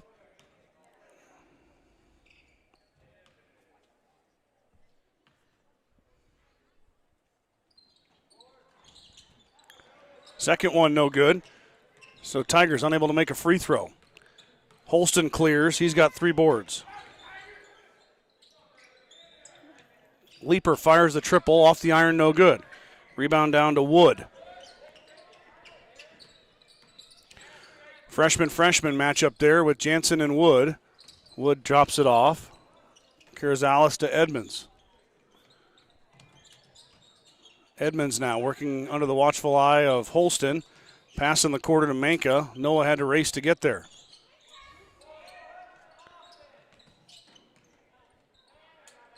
Skip pass to Carrizales. 7 on the shot. Mustang defense trying to hold here. Manka over Martins, no good. And the shot clock violation as the Mustangs hold.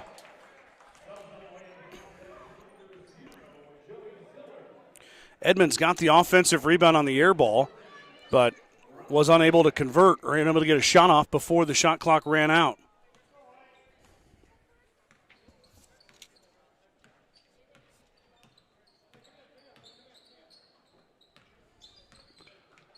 Leaper finds Martins. Daniel in the lane. Robert Moore is checked in.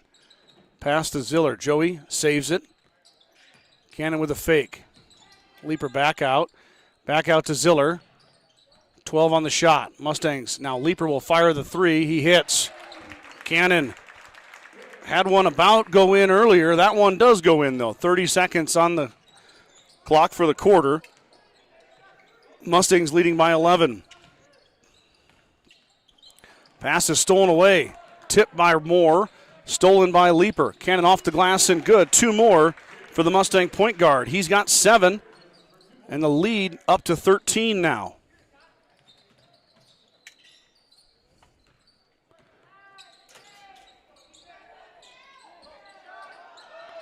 Edmonds wants to drive through the lane, up and good. So Edmonds gets a field goal right at the final buzzer as Martins didn't want to foul him, and Edmonds finished. But GR commanding lead here, up 11 after 1 quarter of play, 15-4. GR leads the Tigers from Bayard. Gordon Memorial Health District is a proud supporter of the Gordon-Rushville Mustangs and Mustang Athletics. From sports physicals and wellness exams to injury rehab and recovery, they offer a wide range of services to help you perform your best. Go Mustangs from Gordon Memorial. The Gordon Livestock Market would like to wish the Mustangs good luck this season with weekly cattle sales on Tuesdays and horse sales as advertised. Gordon Livestock has all your livestock needs covered. Call Tom or Patsy Tinas at 282-1171 to discuss your options today. Field Grill would like to wish the best of luck to all the Gordon-Rushville student athletes playing sports this winter.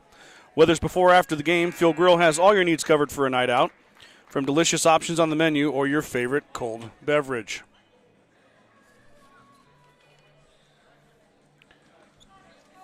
GR out to a fast start, leading by 11.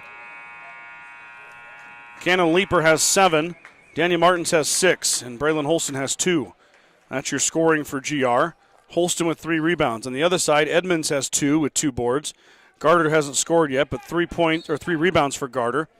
And then a 2-point field goal from Noah Manka rounds out the 4 for Bayard. Sheenan inside to Martins. Daniel hangs. Can't get it to go. Holston fighting for it, and it's off of the Mustangs.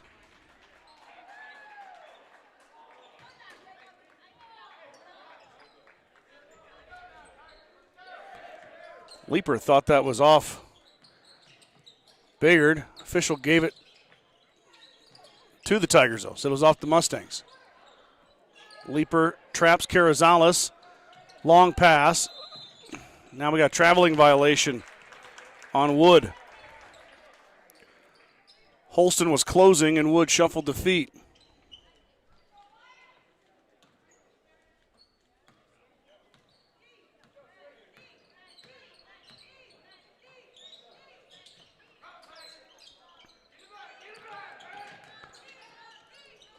Martins for 3, straight on, left it short. Rebound off of Sheenan. It'll go to the Tigers.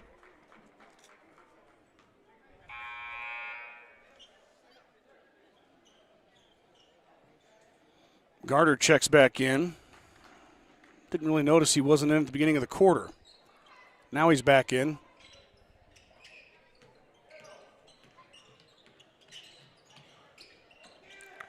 Pass is going to be over and back.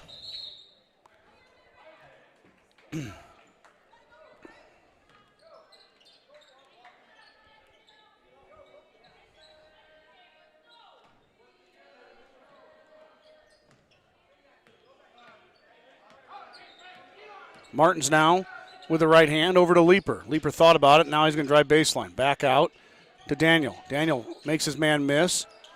Holston inside to Ziller. Not going to happen. Joey had it tipped. Kept it to himself, though. Now Martins about an unforced error there. 15 on the shot. Sheenan wants to drive baseline. Takes it back out. Now Cannon goes. Skip pass over to Ziller. Too high. Leaper turned it over.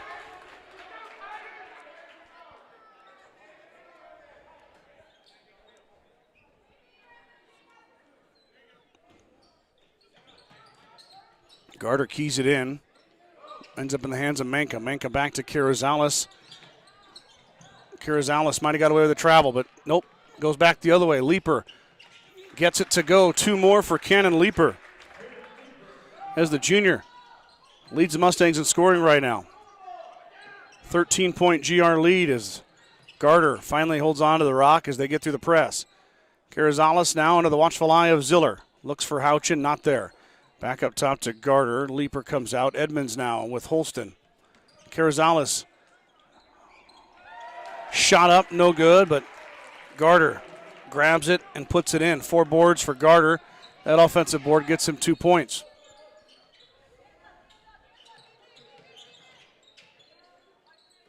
Sheenan back out to Ziller.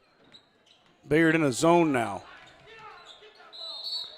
It's a foul on Garter as he reaches in on Holston.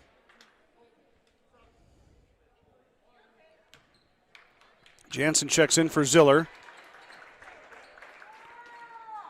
Edmonds is going to take his first break of the night as Marcus Trevino checks in. Now Martins doesn't hesitate, hits the 3.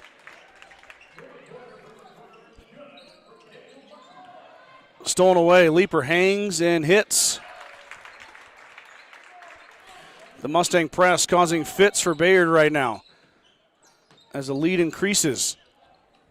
Now the Tigers on the run out. Carrizales throws it back. It's tipped by Jansen. Finally picked up by Sheenan and Leaper. Mustangs back on offense now. Cannon with a pump. Back out. Martin's looking for another 3. Got it. Daniel Martin's 2 straight 3-pointers, and the lead has grown to 19. Manka working through the press. Daniel swatted it, and Martins went into the scorer's table. But like a gentleman he is, he fixed it.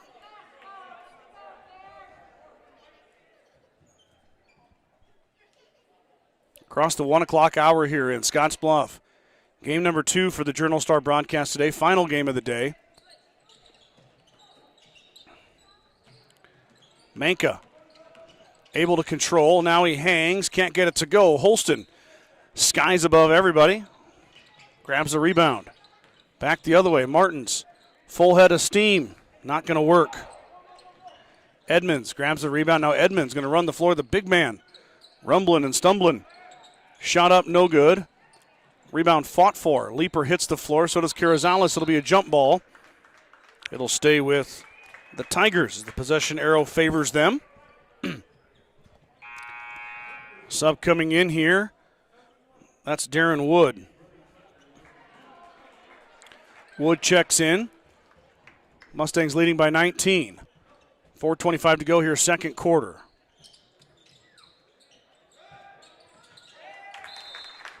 Good defense by the Mustangs. Garter threw that ball to the Mustang bench. And get the turnover. Back we go.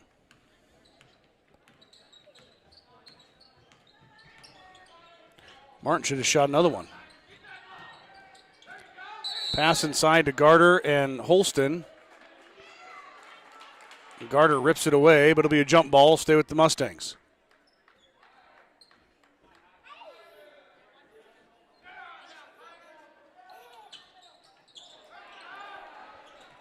Edmonds just checked Holston.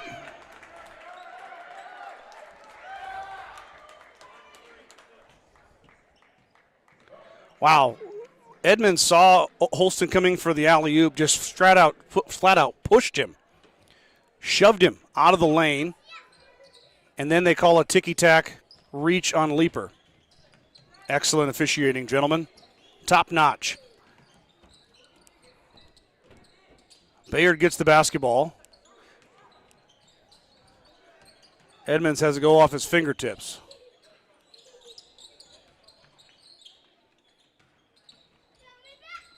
Working it around are the Tigers. Now Edmonds in the corner, puts the ball on the ground, and he dribbles. Travels before he dribbles. Sorry. Traveling violation on Edmonds. Coach Robert asked for an explanation on that play. I don't know what he got, but it was blatant. Edmonds wasn't even looking at the ball. He just shoved Braylon. Jansen dribbles, back out, threw it away. Kai got a little sped up there in the corner, turned it over.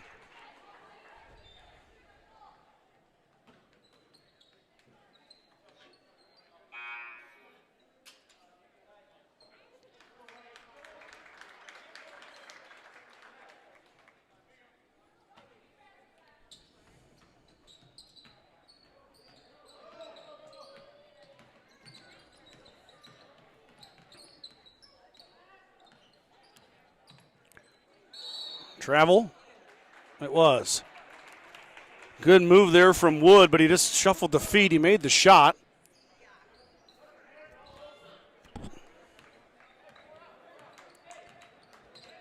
Mustangs get it back. We've been at 19 for a while here. Leaper trying to change that. Cannon left it short. Garter got the rebound but lost it. Got it back. Moore had a point-blank shot. It rims out. Robert Moore trying to get his name in the box score. Did not get there. Garter with 6 rebounds now for Bayard.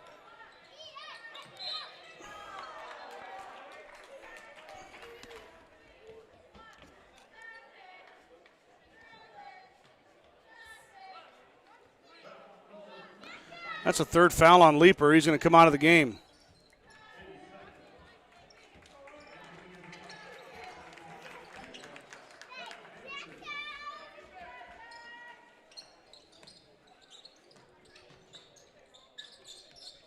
So Cannon will have to take a break probably till halftime. Mustangs will run without him. Now Holston on the run out. Finds a streaking Martins. Daniel up and good. Excellent vision there from Braylon Holston as he found Martins.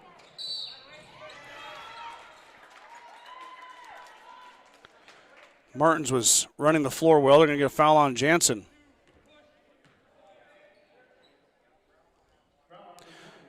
Jansen's going to get called for the bump.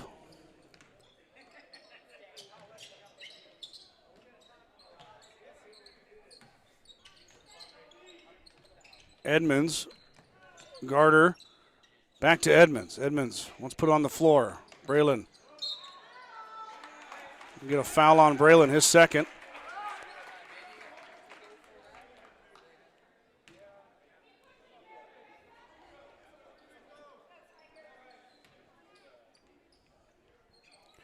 So Braylon's got to be careful. He's got 2 fouls. Manka fires out of the inbound, not there. Holston clears. Now Ziller wants to run. No numbers for Joey. He'll reset. Moore back to Ziller.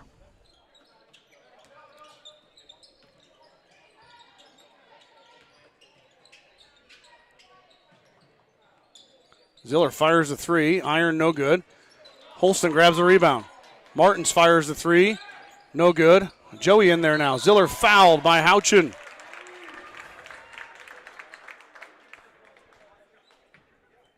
Joey Ziller came streaking in, grabbed the offensive board, put it back up and in.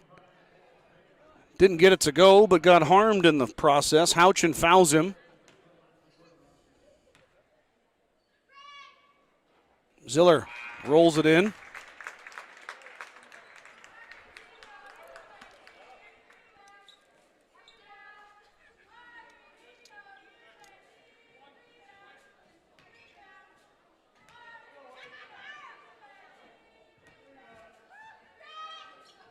Ziller's second is good.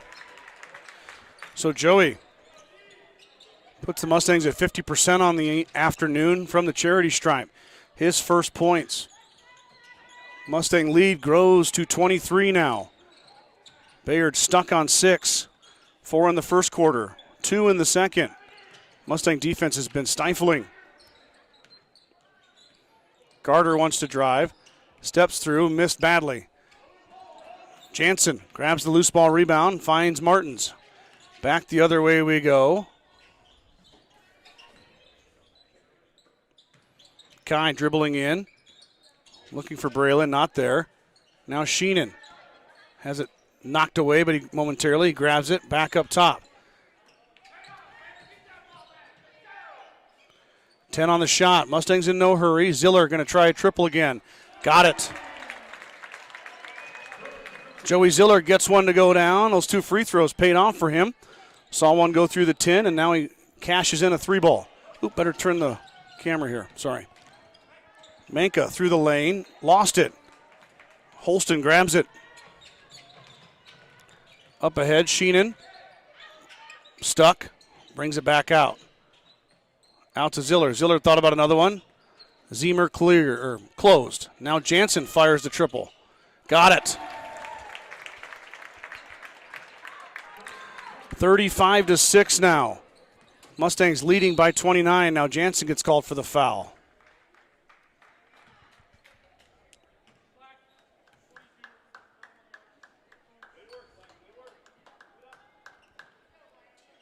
So Edmonds is going to shoot free throws.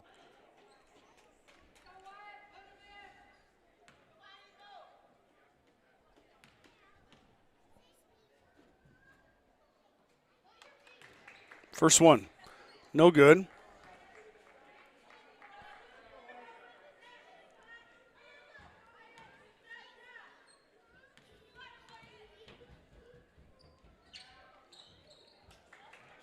Second one, no good. Jansen grabs a rebound now. 12 on the clock, game clock. Kai thought about it, now he shoots it. It's going to be off the backboard, no good. Garter controls. 3 on the shot, or 3 on the game clock, and he traveled with it. So the Mustangs get it with 1 second here.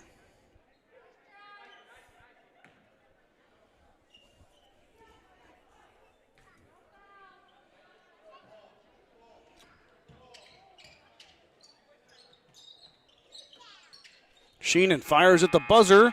Off the backboard, no good. We're going to halftime. Mustangs in control. 35-6. We'll tally the stats and tell you about them here in just a minute. Hold on tight.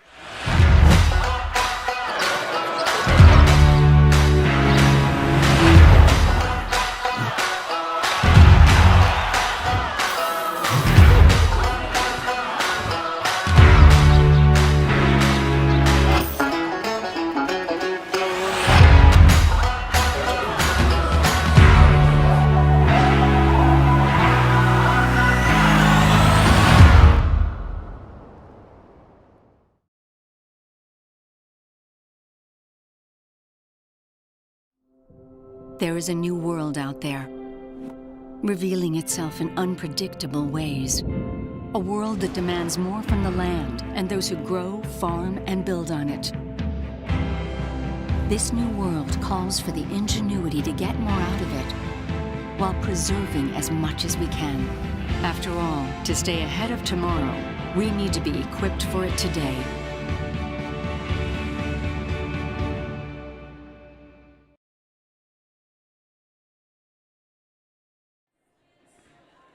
Back here at Cougar Palace, first half in the books for the boys' half of the doubleheader. GR leading 35-6, a 29-point lead for the Mustangs. As things are going their way here early on, Daniel Martin's leading the charge with 14 points. Cannon Leeper had 11. He does have 3 fouls on a couple of reach calls, so Leeper has 11. 5 for Ziller, 3 for Jansen, and 2 for Braylon Holston. Holston, though, 5 rebounds. On the Tigers side of things, pretty easy to do the math. 2-2-2 for Manka, Gardner, Edmonds for their 6.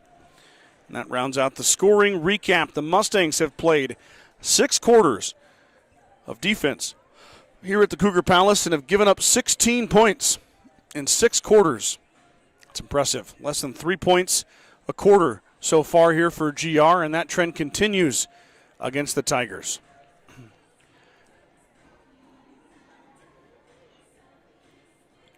See what we got going on in Ogallala. We are in the heartbreak round.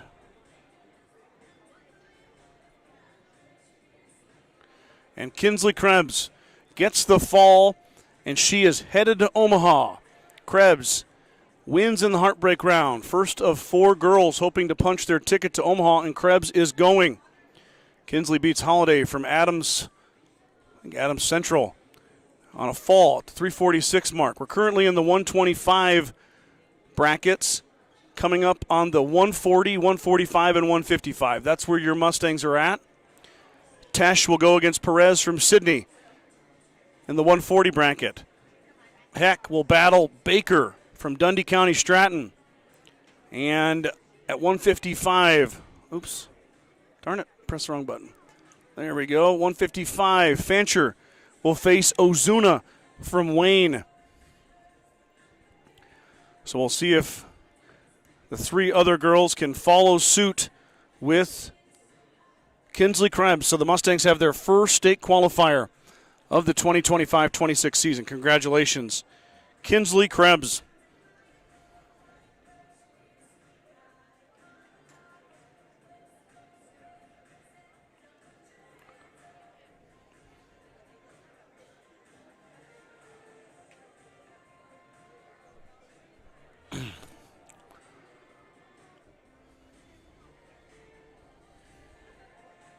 Carol Wenzel sitting at home on the ranch watching her grandson Case Sheenan playing today. Go Mustangs. Jackie wrote in the comments, Kinsley's punched her ticket. Okay, I was a little late.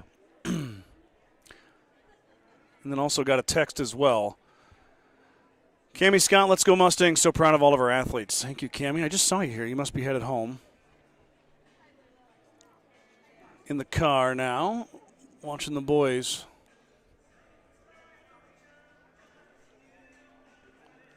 A couple of girls' teams goofing on the camera there.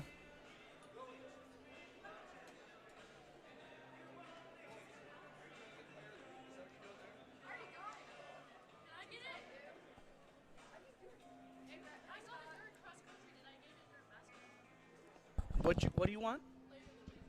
Oh, you got it.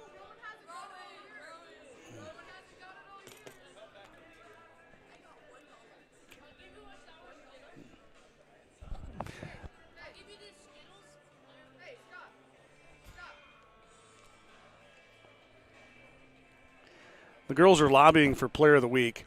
They're trying to bribe me. I would like to tell you I'm above it, but I'm not. Keeping our eyes on Ogallala right now. We're getting closer and closer to Stormy Tesh taking the mat, as we are now in the 130 bracket. Stormy will be on the mat next. Or no, 2 matches away, sorry. 2 matches away. We got 135 there in the middle.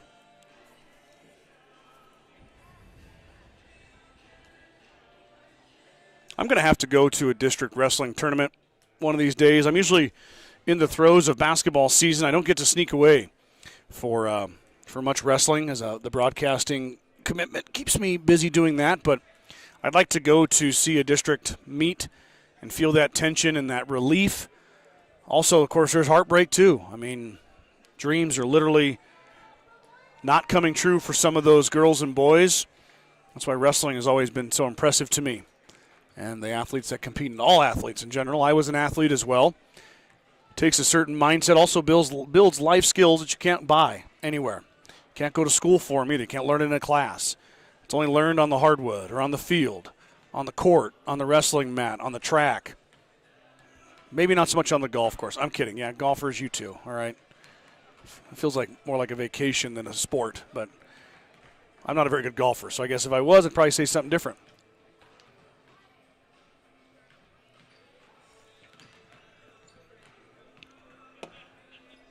Mustangs in control. The Tigers are out of the locker room.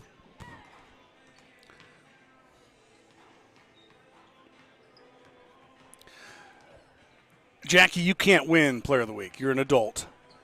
Sorry. Only for the kids. And that's fun. Try to spread that around. I've been a little bit late on my Facebook posts for that. I got one up this morning. It's just been hectic at the office. I've not been there much between Gordon-Rushville Basketball, of course, and then my own children's events. Work has not been working lately. We'll get caught up, though. So the Mustangs are out of the locker room. Not in a big hurry. Going for a leisurely stroll.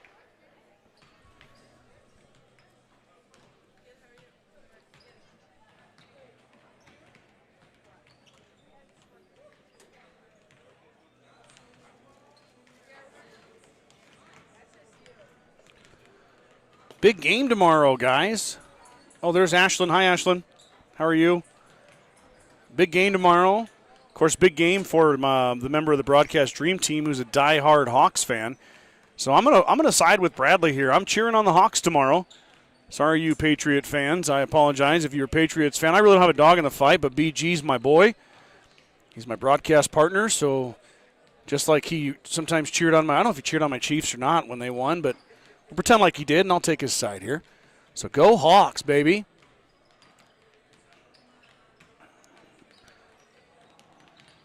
I don't have any sort of expertise on that. Do not go bet or do anything with money because I said go Hawks. That's strictly my emotions and cheering on Seattle.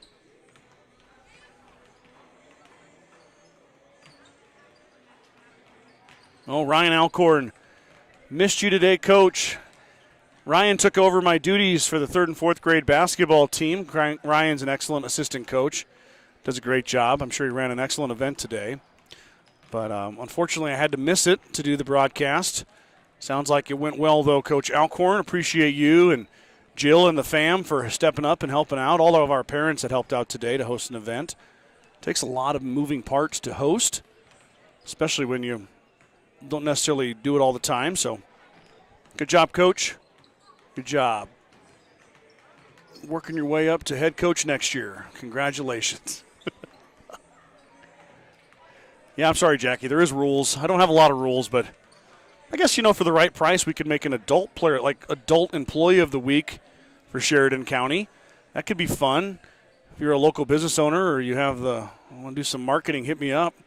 It'd be kind of fun if we could do like an adult one. Probably have to come up with some parameters for that, though. Otherwise, it could get out of hand. All right, Stormy is assigned. She's up in 2. Looks like there may be a break incoming, though. So, my wrestling moms, if you've got my cell phone number, keep me in the loop. It's hard for me to read the comments when the action, is going on. Bayard basketball out of the halftime break. They'll be going left to right now. Gordon-Rushville going right to left on your screen. Garter will key it into Manka. Houchin in there too. Edmonds and Zemer. They went with their starting 5, so did Gordon-Rushville. Zemer blocked by a leaper, saved by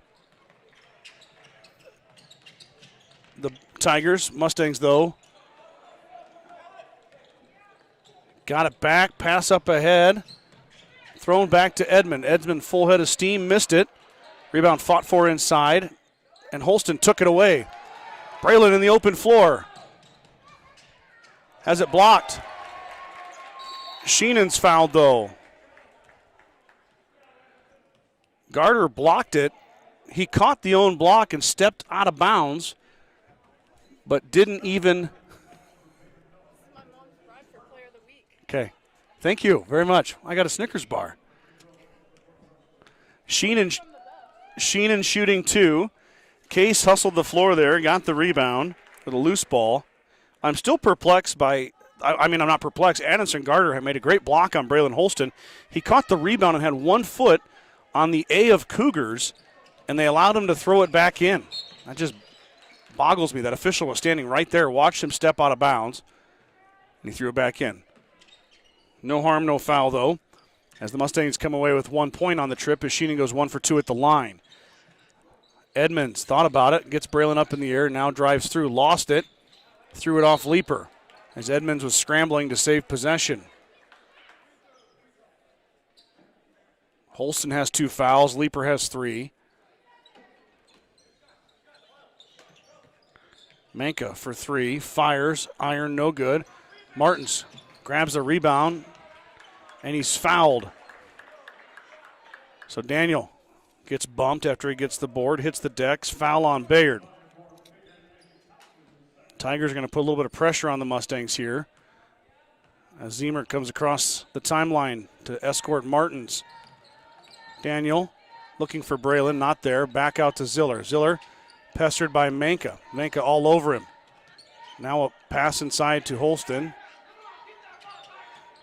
Not there. Ziller hangs, can't get it to go, but Leaper waits for it. Grabs the rebound and puts it in.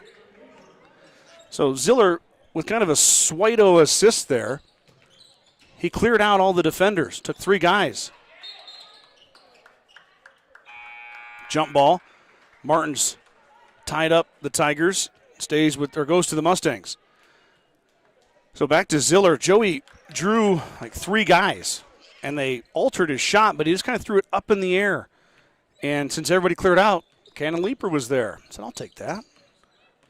Leeper with 13 now. Martins drives around everybody, and he's fouled. Boy, Daniel couldn't get it to go. The call came in late.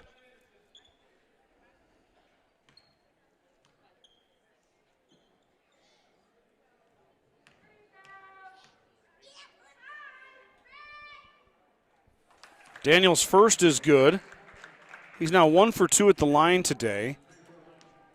He's up to 15 points. Martins chasing the single-season scoring record.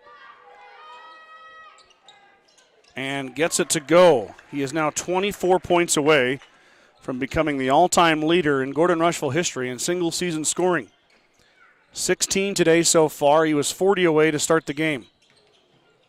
Manka stopped by Leeper, gave him a little shove there. Carrizales on the cut-through. Jansen escorts him out of bounds. Houchin, long jumper, no good. Holston runs up, jumps up, grabs it. On the run out, up ahead to Leeper. Houchin contests. Carrizales clears.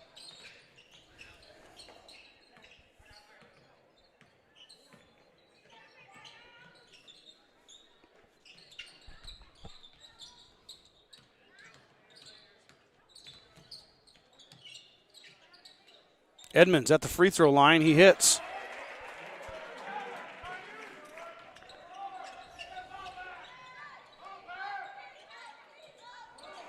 Garter takes it away from Leeper on a steal. Anderson Garter in the open floor. Escorted by Jansen, but Garter gets it to go. So Bayard, just like that, just about doubles their score on back-to-back possessions.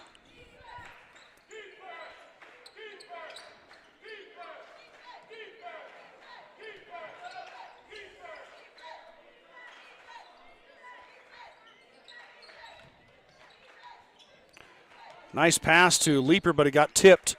Good vision from Holston, but couldn't quite make the connection.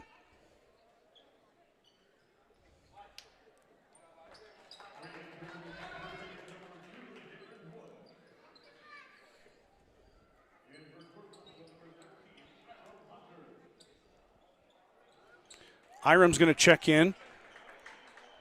So Coach Robert gives Sheenan a break. And Ziller. Garter stole it away. Leeper tried to find Martins on the inbounds, and Garter was ready for it. Back-to-back steals for Garter. Edmonds through the lane. He's fouled on the floor.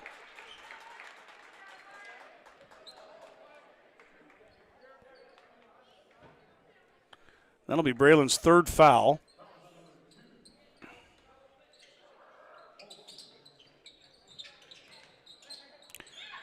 Edmonds on the inbounds puts it in.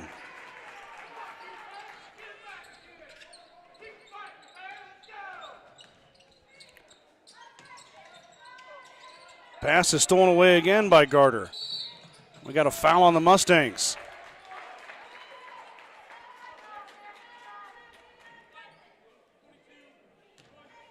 So both Jansen and Holston have 3 fouls apiece.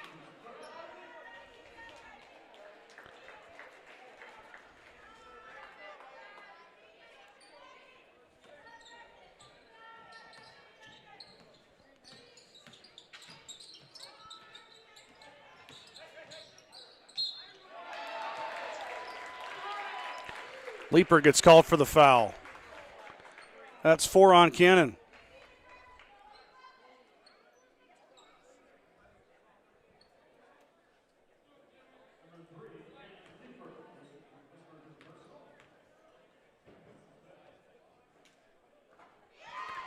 Manka makes the first, and the Mustangs are in a bit of a funk here right now. They have 5 up on the scoreboard for Cannon, but it should only be 4. Manka makes them both. Lead down to 26 now. Martin's through the lane. He's fouled.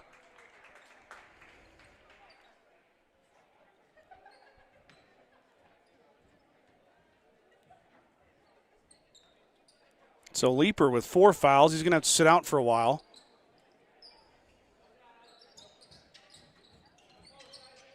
Jansen trying to get it into Martins. It's kicked. It'll stay with the Mustangs. 31 on the shot.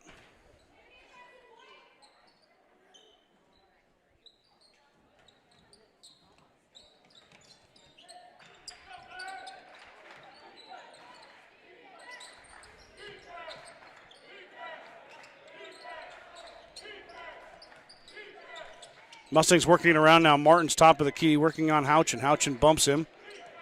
Not there. Ziller tries to drive baseline. Backs it out. Back to Daniel. 10 on the shot. Joey trying to get it into. Martins is fouled on the floor. So with 2 seconds on the shot clock, the Tigers commit the foul. Mustangs will get a fresh 35 now.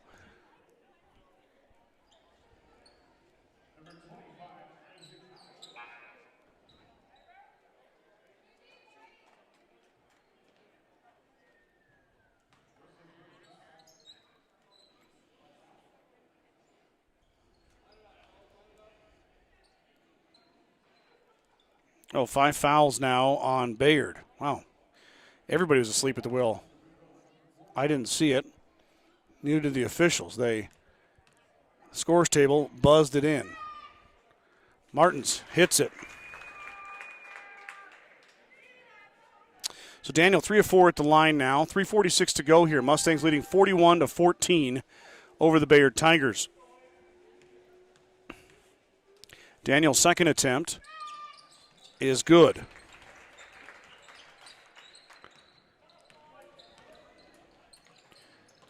Back the other way we go. Manka dropped it off for Houchin. Edmonds faked like he was going to shoot it. Now drives, hangs, can't get it to go. Holston clears.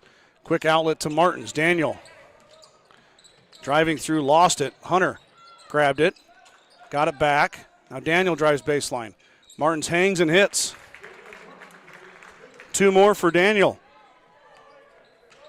He's starting to stack up there, close to 20, maybe over 20. Manka has it swatted away by Holston. Back the other way, not going to go.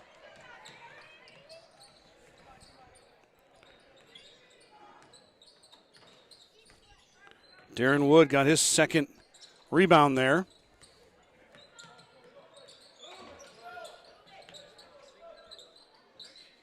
Manka to a cutting Houchin. Houchin not there. Left it short. 2:30 to go.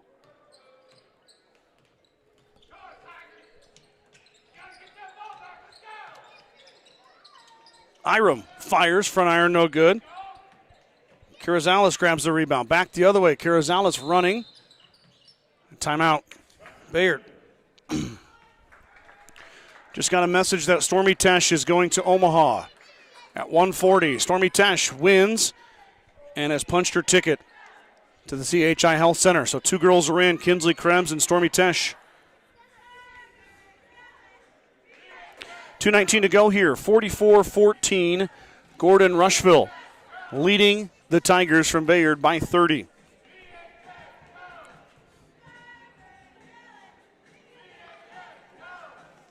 And the Huskers won today, back on track.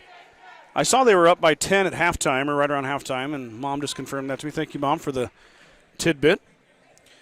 Kreitman Trucking is a proud supporter of the Gordon-Rushville Mustangs on the court, on the field, in the classroom, and on the stage. Like anything in life, hard work and dedication ends in success. Good luck tonight, Mustangs, from Kreitman Trucking. True Value in Gordon is your one-stop shop for all your essentials. The selection includes DeWalt cordless tools, propane heaters, and so much more. Stop by and see Kirby, Bobby, and the gang at 217 North Main in Gordon. The Gordon Livestock Market would like to wish the Mustangs good luck this season with weekly cattle sales on Tuesdays and horse sales as advertised. Gordon Livestock has all your livestock needs covered. Call Tom or Patsy Tinas at 282-1171 to discuss your options today. Kirsten Heck is going back to Omaha. Kirsten, great job. 3 girls are in. 3 for 3 right now. Charlie is the last to go. We're behind you, Charlie. You can do it. Go get that W.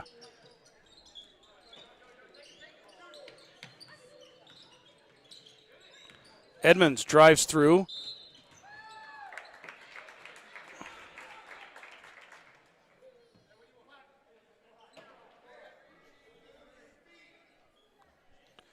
Fouls on Joey Ziller as Edmonds went barreling into the lane and gets the foul called on Joey. Martins takes the charge, nobody even looking. Garter fires a 3. Up ahead quickly, and Ziller traveled with it.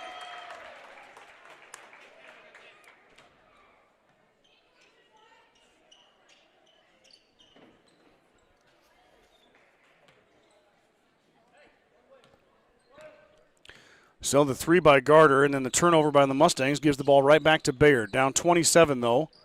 Robert Morris checked in. Sophomore guard working over there on a Darren Wood. Now Edmonds with a touch.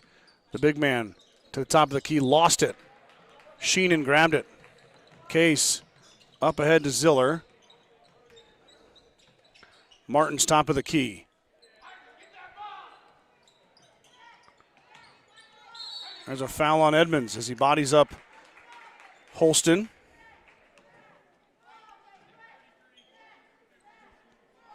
So Holston will shoot 2 as the Mustangs are in the bonus. Braylon hasn't been to the free throw line today. Braylon's been super active, just not scoring it today.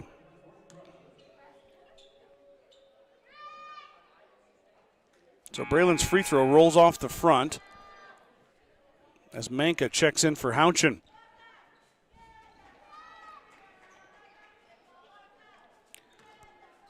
(44-17), 1:16 to go third quarter. Mustangs in control here, trying to go 2-1 in the WTC tournament. Holston missed them both, and Manka will clear.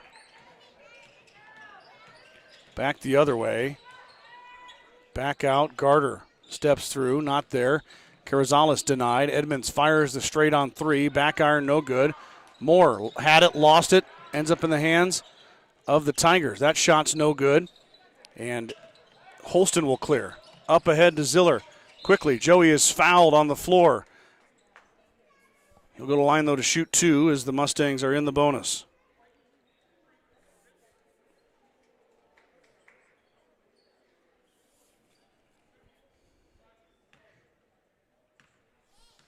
So Ziller 2 for 2 at the line here today. Second trip, that one rolls off the front. Mustangs currently have been to the line 13 times and have made 7. So just over 50%. They shoot 57% coming into the tournament. So right about where they need to be, or where they have been all year. You'd like to see this one go in, though, and make them 8 for 14. Ziller gets it. So Joey has got 6. 3 of those coming at the charity stripe. 45-17 now. Skip pass up ahead to Zemer, and it goes off his fingertips out of bounds. So turnover.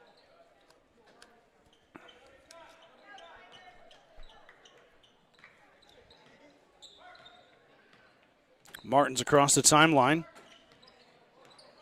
There he is. Holston up and over the top on the assist from Daniel Martins. Mustang lead back to 30. Garter working through. Throws it up wildly. Good defense there from Martins and Holston. Team pair up to double team one of the leading scorers for. Daniel up with the left hand and good.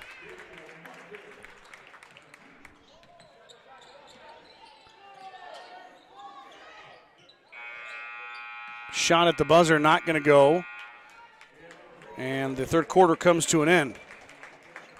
Bayard scores 11, but the Mustangs counter with 14 of their own. So it's 49-17 as we go to the final stanza here at WNCC. At the First National Bank of Gordon, we are investing in our customers' financial success. Celebrating over 130 years of service and commitment to our communities, we understand the importance of building relationships, not just accounts. Stop in and visit with one of our dedicated employees about your financial future. The First National Bank of Gordon, member FDIC. Kearns Cattle Company is a fourth-generation cattle company located in the sandhills south of Rushville, Nebraska. They are excited for what is in store for the Mustangs this winter. Kearns Cattle Company wishes all the student-athletes success in their seasons and are proud supporters of Gordon-Rushville High School athletics. Bayard Propane is your local and family-owned propane supplier. They are proud to support the Gordon-Rushville Mustangs and our area youth. Contact Bayard Propane at 360-3579 with any questions you have about how they can help with your propane needs.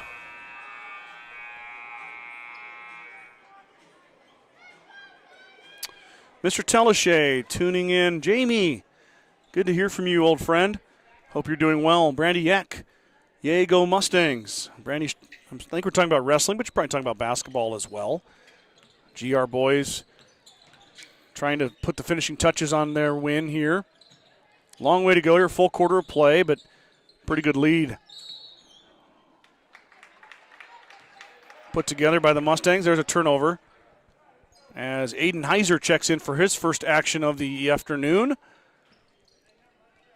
And Leeper still out with those 4 fouls. May not see Cannon very much here with the Mustangs up big. I suppose nothing to lose either.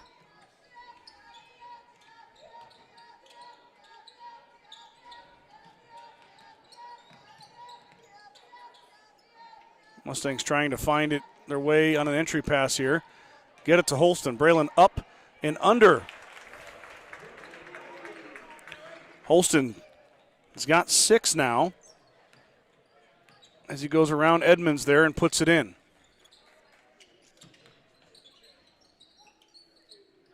Edmonds working on Martins. Wyatt wants to put the ball on the floor. Daniel with the good D, moves his feet, runs him out of there. Garter now, hit a 3 earlier, working on Jansen. Dribbles it right into Daniel Martins. Joey Ziller up and good. Ziller runs the floor and makes the layup. 53-17, 6:47 to go. 4 more points and we'll have a running clock. Houchin thought about it. He'll back it out. Edmonds working on Holston, not there. Edmonds inside to Garter. Garter working on Jansen. Holston comes to help. Now Manka fires the triple. Too strong. Martins with a box out of Houchin. He grabs the rebound. Daniel on the run out now. Working through Edmonds. Edmonds trips him.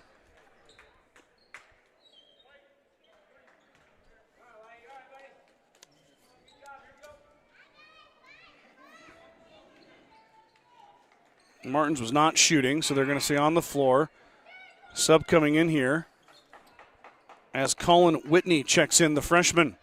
Going to get some minutes here. He'll go over and cover Joey Ziller. Holston back out to Ziller, now in the corner to Jansen. Jansen with a pump, looking for Heiser. Found him. Aiden drops it off, and he traveled with it, though. Aiden should have just fired that shot right from the baseline. The junior plays a lot on JV, has had a good year. Spot played on varsity as well, had 4 points yesterday. And the win over Morrill. Aiden tried to get a little fancy with it.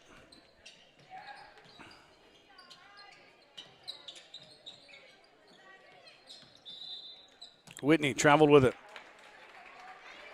So a couple players come off the bench, a couple players travel with it.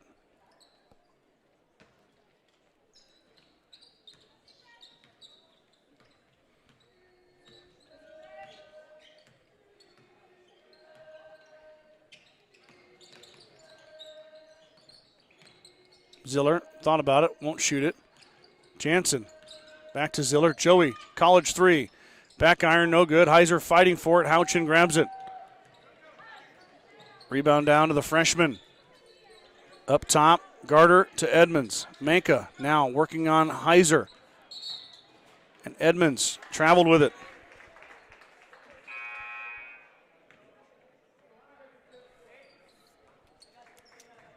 So Heiser's going to take a break now, along with Ziller and Jansen, as Hunter, Leeper, and Sheenan check back in. Cannon with the 4 fouls.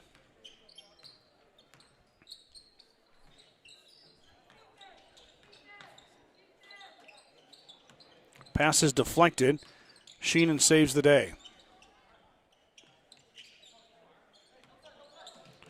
Leeper up, fouled. Cannon hits the floor.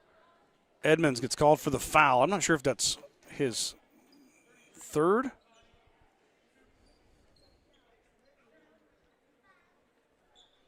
It is Edmonds' third foul.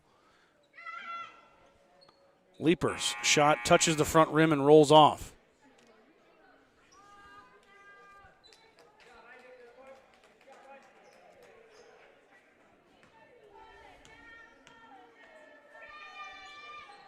Second one goes for Leeper. Just got word that Charlie Fancher experienced the heartbreak in the heartbreak round. The Mustang sophomore not going to go after a really good sophomore year at GR. Big things to come for her in the future. So the Mustangs are sending 3 girls to Omaha. It's the same amount they sent last year, but with 2 new faces in Kinsley Krebs and Stormy Tesh, Kirsten Heck qualifier from last year. So Hunter, not afraid to shoot it. That one's not going to go in, though. Edmonds grabs it. Rebound down to Wyatt. Up ahead to Carrizales. Zales to Garter. Garter with the pump. Looking to drop it off to Edmonds here. Not there. Instead, he'll go to Manka. Manka through the lane. Over Leeper. Doesn't work. Martins clears. Now Leeper back in the game. He gets a touch. Now Cannon on the baseline. Drops it off for Holston. Holston hangs and hits. Assist from Cannon Leeper as he goes baseline and finds his big man. 2 for Braylon. He's got 8.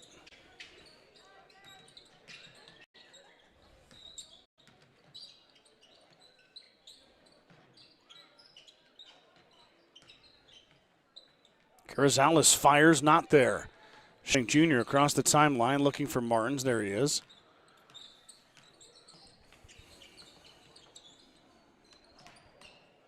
Holston to the rack.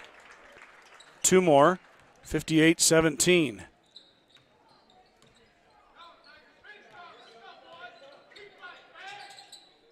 That's your running clock, by the way. 41 is the lead. Whitney Holston grabs the rebound. Hiram Hunter up ahead. He's fouled.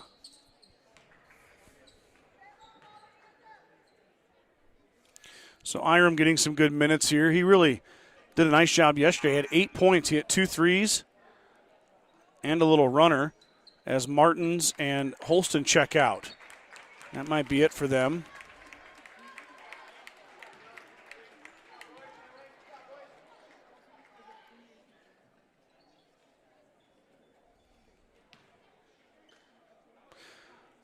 So Iram's going to shoot. I didn't realize it was on a shot. So Hunter going to go line. The junior going to get a chance to shoot some free throws here.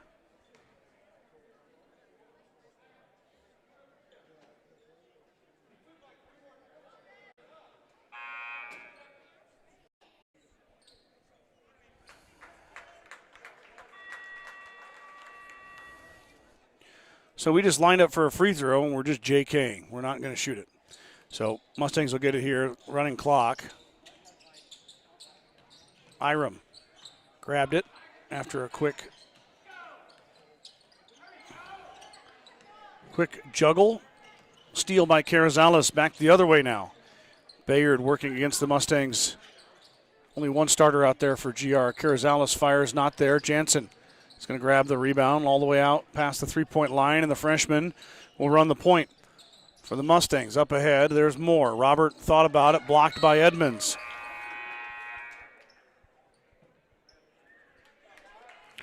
So Edmonds gets the block, and Riley Leffler checks in, so all Mustang starters are out now. GR going with their reserves here.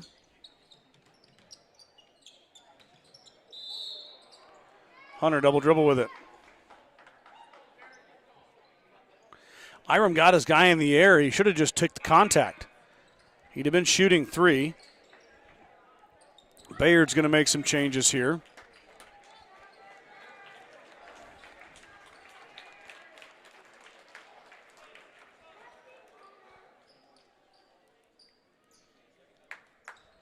Swigum.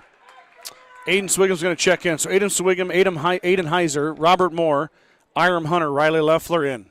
A whole new lineup for Bayard as well. Get to know them here in a minute.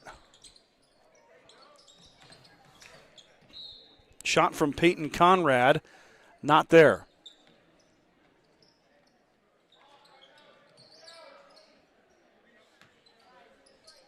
Iram will bring it across the timeline.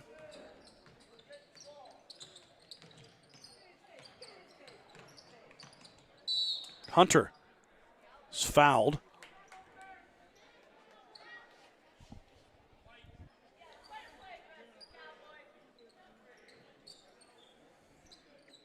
.28 seconds to go here. Mustangs are going to come away with a 5th place finish.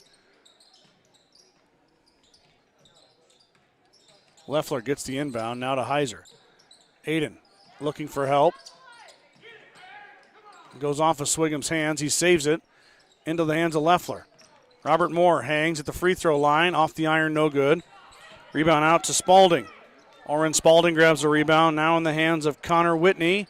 His shot not there. Moore gets the rebound, and that will do it. 58-17 is your final score here.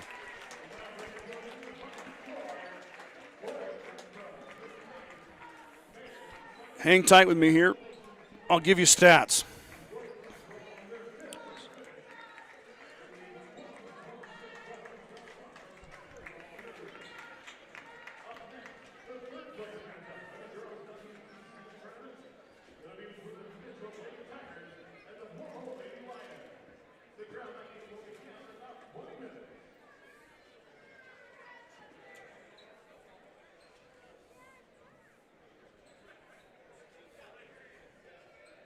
For the Mustangs, Daniel Martins led all scorers with 22 points.